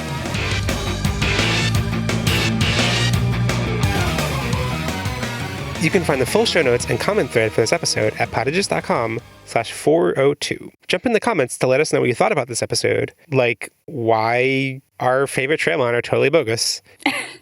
But you can also go to the episode page to vote on your favorite Ridiculous Dialogue draft pick and to rate how much you like this arc. You can also let us know your thoughts via social media, email, or with the Well thread, or the Digimon subreddit thread for this episode. If you want to be featured on the next feedback episode, you can also answer our fortnightly voicemail question. What beast spirit in you have you had to learn to control? You can either call 913-CALAMON if you're in the US, or email an audio recording 90 seconds or less to podigious@gmail.com. Our new Agunimon artwork this season is by Jubia Majo on DeviantArt. Podigious is made possible with your support on Patreon, including support from our champion Patramon, Joe Keto, Kailunamon, Kaiser Washi, Stevie Patamon from the podcast The Moncast, which is a Pokemon Digimon podcast, and Year of Backlog, which is about video games, and Red from fellow Digimon podcast Breakfast with Digimon, our ultimate Patramon, David Graumon, and Marcus Damon, and our mega Patramon, Sam Kriwagamon, who is also on the Moncast, and would like you to check out his partner's Tumblr, which is purple-pixel.tumblr.com. They are doing daily Animal Crossing drawings, and they are very cute. If you want to support the show, you should check out our Patreon. For $1 a month, you can join our private group chat on Slack, where lately, I don't know, we've been moaning about politics and general things, video games and stuff. We're talking about Next Order and stuff. Oh yeah, Next Order. You can also get cool stuff like commentary tracks and behind-the-scene notes for $3 a month, a new sticker and button every month for $10, ability to choose episode topics for $15 a month, and a monthly Skype hangout with me and Ashley for $25 a month. You can find Podigious on Twitter, Tumblr, or Facebook to keep up with the Digimons, hear about upcoming episodes and recordings, and get funny Digimon images and GIFs. You can find me on Tumblr at Asher Dashery, Andrew's on Twitter at Drew Softman, Ashley's on Twitter at AshMcD00, and Jeff's on Twitter at Definitely Jeff. Share the podcast with your friends who would be happy being a Papa Mama, and don't share the podcast with your Toucanmon friends who are Toucanmon. Join us next week for another feedback episode. And then we'll be back in 2 weeks to cover up through the Sukakumon arc with episodes 20 through 29. Bye! Bye! And remember, never stop digivolving.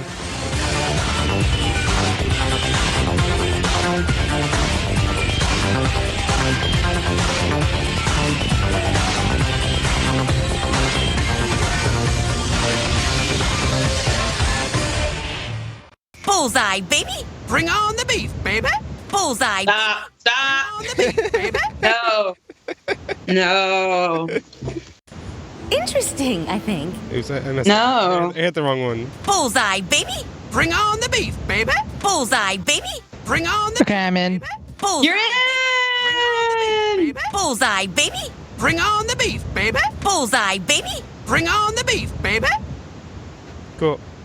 I'm leaving. Bring on the beef, baby! I should have got Pokemon also saying bring on the beef. I know, I was like, you're missing the worst one. I was like, I want to get this for a comparison of Brian Beacock's voice from Tocado, but it wasn't I didn't think it was the funniest. Wait, what?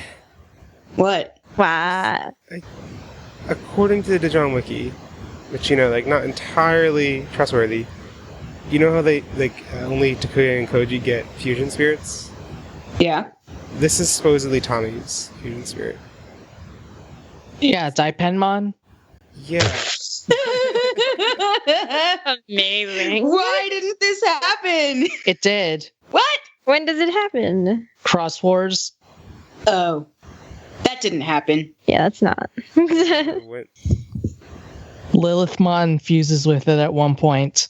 Kind of remember that. And It's actually quite amazing.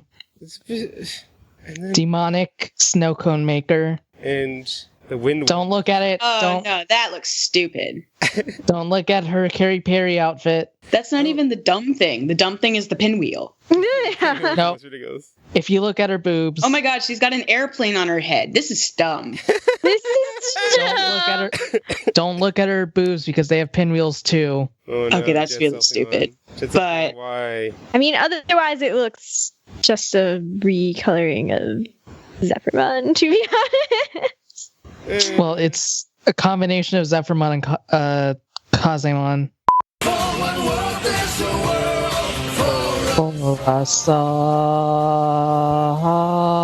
Digimon. Welcome to Podigious, episode 402. Lavender. Lavender. Lavender. Lavender. Lavender. Lavender. I'm gonna murder you! Lavender. Actually, I think I need to actually restart my recording anyway because really? Audacity is using the wrong mic. Sorry. Okay.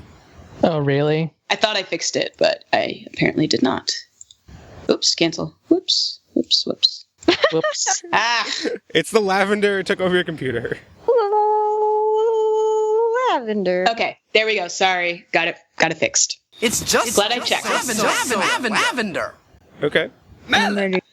My tummy feels like a melon. Melon. Oh Melon. my god. Melon. What is happening? Melon.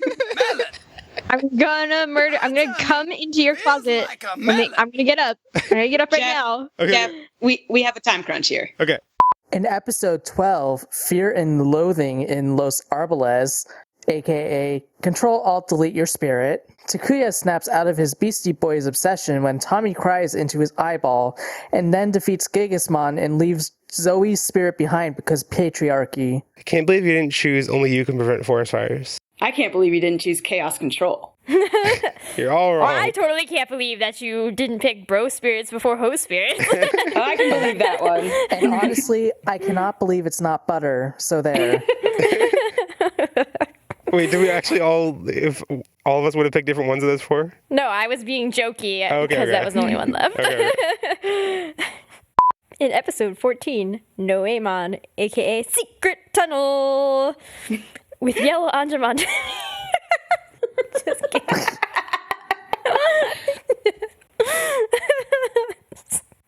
It's too much. With Yellow Angemon defeated, the kids set across the ocean in Waymon for the island of Not-So-Wacky. The island of what? Oh. It's only been 3 seasons. Shut up! In episode 15, Beastie Girl, aka the beach episode. In episode 18, Trailmon versus Trailmon, aka Please Stop Talking About Digilube.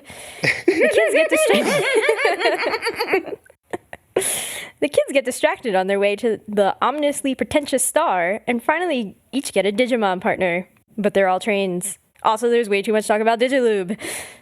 Okay, what's with that but? But they're all trains, I think, and they're all trains. And they're all trains. I could watch an entire show about Trailmon. I thought you were going to say trains, and I was like, want me to recommend one to you? No, Or I've 100? already watched a show all about trains. I was 4. And your point is? I've already seen it. Are you sure? Yes. Takuya and Koji are so absorbed in cooking for each other that they don't notice that everyone else is abducted. Brilliant. No one liked Food Wars Shokugeki no Burger? No. Boo. I think you mean yay. No, we don't. I definitely don't.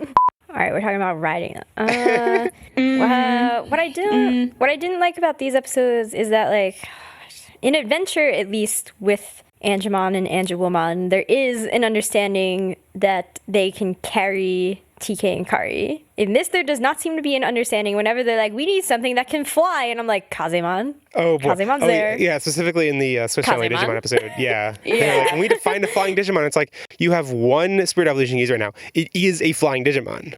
Like, and I'm like, I get that she can't, like, carry all of you at the same time, but, like, actually, I think she probably could if they tried hard. Just do one by one. It would be totally possible. If they could build the raft and have her pull it, and it would still be better than relying on the wind. Yeah, it was just she is the wind.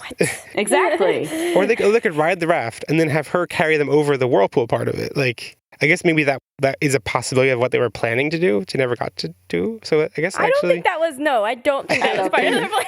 I don't think that was part of their plan either. There's actually I can't think of this as a quote, but something that A.R. Pulver in his System Restore review of these episodes mentioned in the Trailmon episode, the Trailmon race episode, that like one of his major frustrations was actually that it made Tommy and Zoe too competent in that episode, that it like, in retrospect, looking at the other episodes, it's like, wait, if Kazemon could lift a Trailmon... Yeah, exactly. Then, like, that's what I was thinking just now. I was like, but wait, she lifts a Trailmon. She could probably carry 4 boys on her. I forgot about that. What about adrenaline? Adrenaline's a thing. She could have adrenaline at the whirlpool. Yeah, I don't... I believe she could at least carry 2 of them at a time. That's my... Or it would also be possible one at a time. Anyway, it's all kind of silly. I forgive them for not doing it one at a time only because they all did not have any way to fight. So if they were attacked, she'd be like, that's a danger. So like I understood that. So I did want something that was like, all right, you can't carry them one at a time. But if she could carry most of them, because she picked up a Trailmon. I mean, but that argument still applies if she's carrying all of them and she gets attacked midway, which they were attacked midway. She would just drop everyone in the ocean, and then they would kind of. Well, the raft thing is. Well, then they could hold on to the Gomamon. That's true. Yeah, like the instant Gomamon, flotation devices. Why did they need a raft when they? We're applying way too much logic to this. Like, there's no way this much thought process is put into this. Okay. Oh, absolutely not. Obviously. It took them a minute to figure out, JP, you weren't the peeping Tom. Oh, wait, you were swimming with us the whole time. Jesus. Okay, I appreciated how it was really mean and rude of them to do that to JP. And I'm like, no, JP, you deserve that because you have been such, and apparently I would use bad words to describe JP like last episode, but like the way he treats Zoe, oh my gosh. You deserve being suspected for that because yeah. There was half an episode where I was like, you know what, I'm cool with JP and Zoe, and then I was like, no, I'm not. No. I think I know what episode you're talking about, right? Like because JP keeps talking and it's no good. Yeah. Yep. It's unfortunate. Because the chubby nerd needs to act like a terrible person to the girl in order to show his affection. I love that aspect of it. So good. Mm-hmm. But back to humans versus beast spirits. Oh, I forgot about Podigious. All right, I changed mine to Podigious. Really interesting. Podigious was my second least favorite after Kalmaimon. But but also I think this is the only place I can talk about it. Gigasmon. Gigasmon. Ashley and I had a brief conversation about this, so I'm not the only one. I was worried I was the only one who thought this. Do I have notes for this anywhere? I guess I didn't have notes for this anywhere. Oh God. He is so oddly and creepy and unsettlingly and upsettingly phallic that yes. Okay, Grumblemon. I thought of like this when I was like thinking of jokes for him for that episode, and it's like, okay, yes, he has a big nose. It is kind of phallic how big his nose is, but it's like very big and round. But then like Gigasmon gets like his nose is like much straighter and not round, and it's just he's also weirdly like shiny in a way, like smooth and yeah, I think his crotch is very emphasized. Right, his crotch. his crotch. But like, okay, I don't think it's a shininess. It's that he has like a really ripped body that's like. It looks like it, to the point of shininess, like it kind of looks like he's in like a really tight bodysuit. Mm-hmm. And then like his like, void of a crotch is like... So like a condom. Oh. Oh, no. Yeah, his whole everything. It's a good thing we had this conversation after he was taken out of the picture. Yeah, and at least now he's gone. We don't need to see him anymore. I'm sorry for any listeners who still have to watch him. I'm not sorry. Sorry, not sorry. Confident and unafraid, having Calamarimon like denigrated for being whatever. I don't care. Calamaramon? Why? No, Calmaramon. There's no Calmaramon. Calmaramon. I mean, he also Karumaramon. No, we're not going there. Calmarimon? Oh my god. No, why? it's Calamarimon in the dub, I believe. No, it's you know what? No, it's Calmar. Who cares? No, wait, that's in the Japanese. No, the dub too. No, Calamarimon. No. It's Calmarimon in the dub for oh my god, some reason. Squidmon! Squidmon and Kidmon. You're a squid. You're a kid. Oh my god, she's Squidmon and Kidmon! Dun dun dun. Bye. Bye!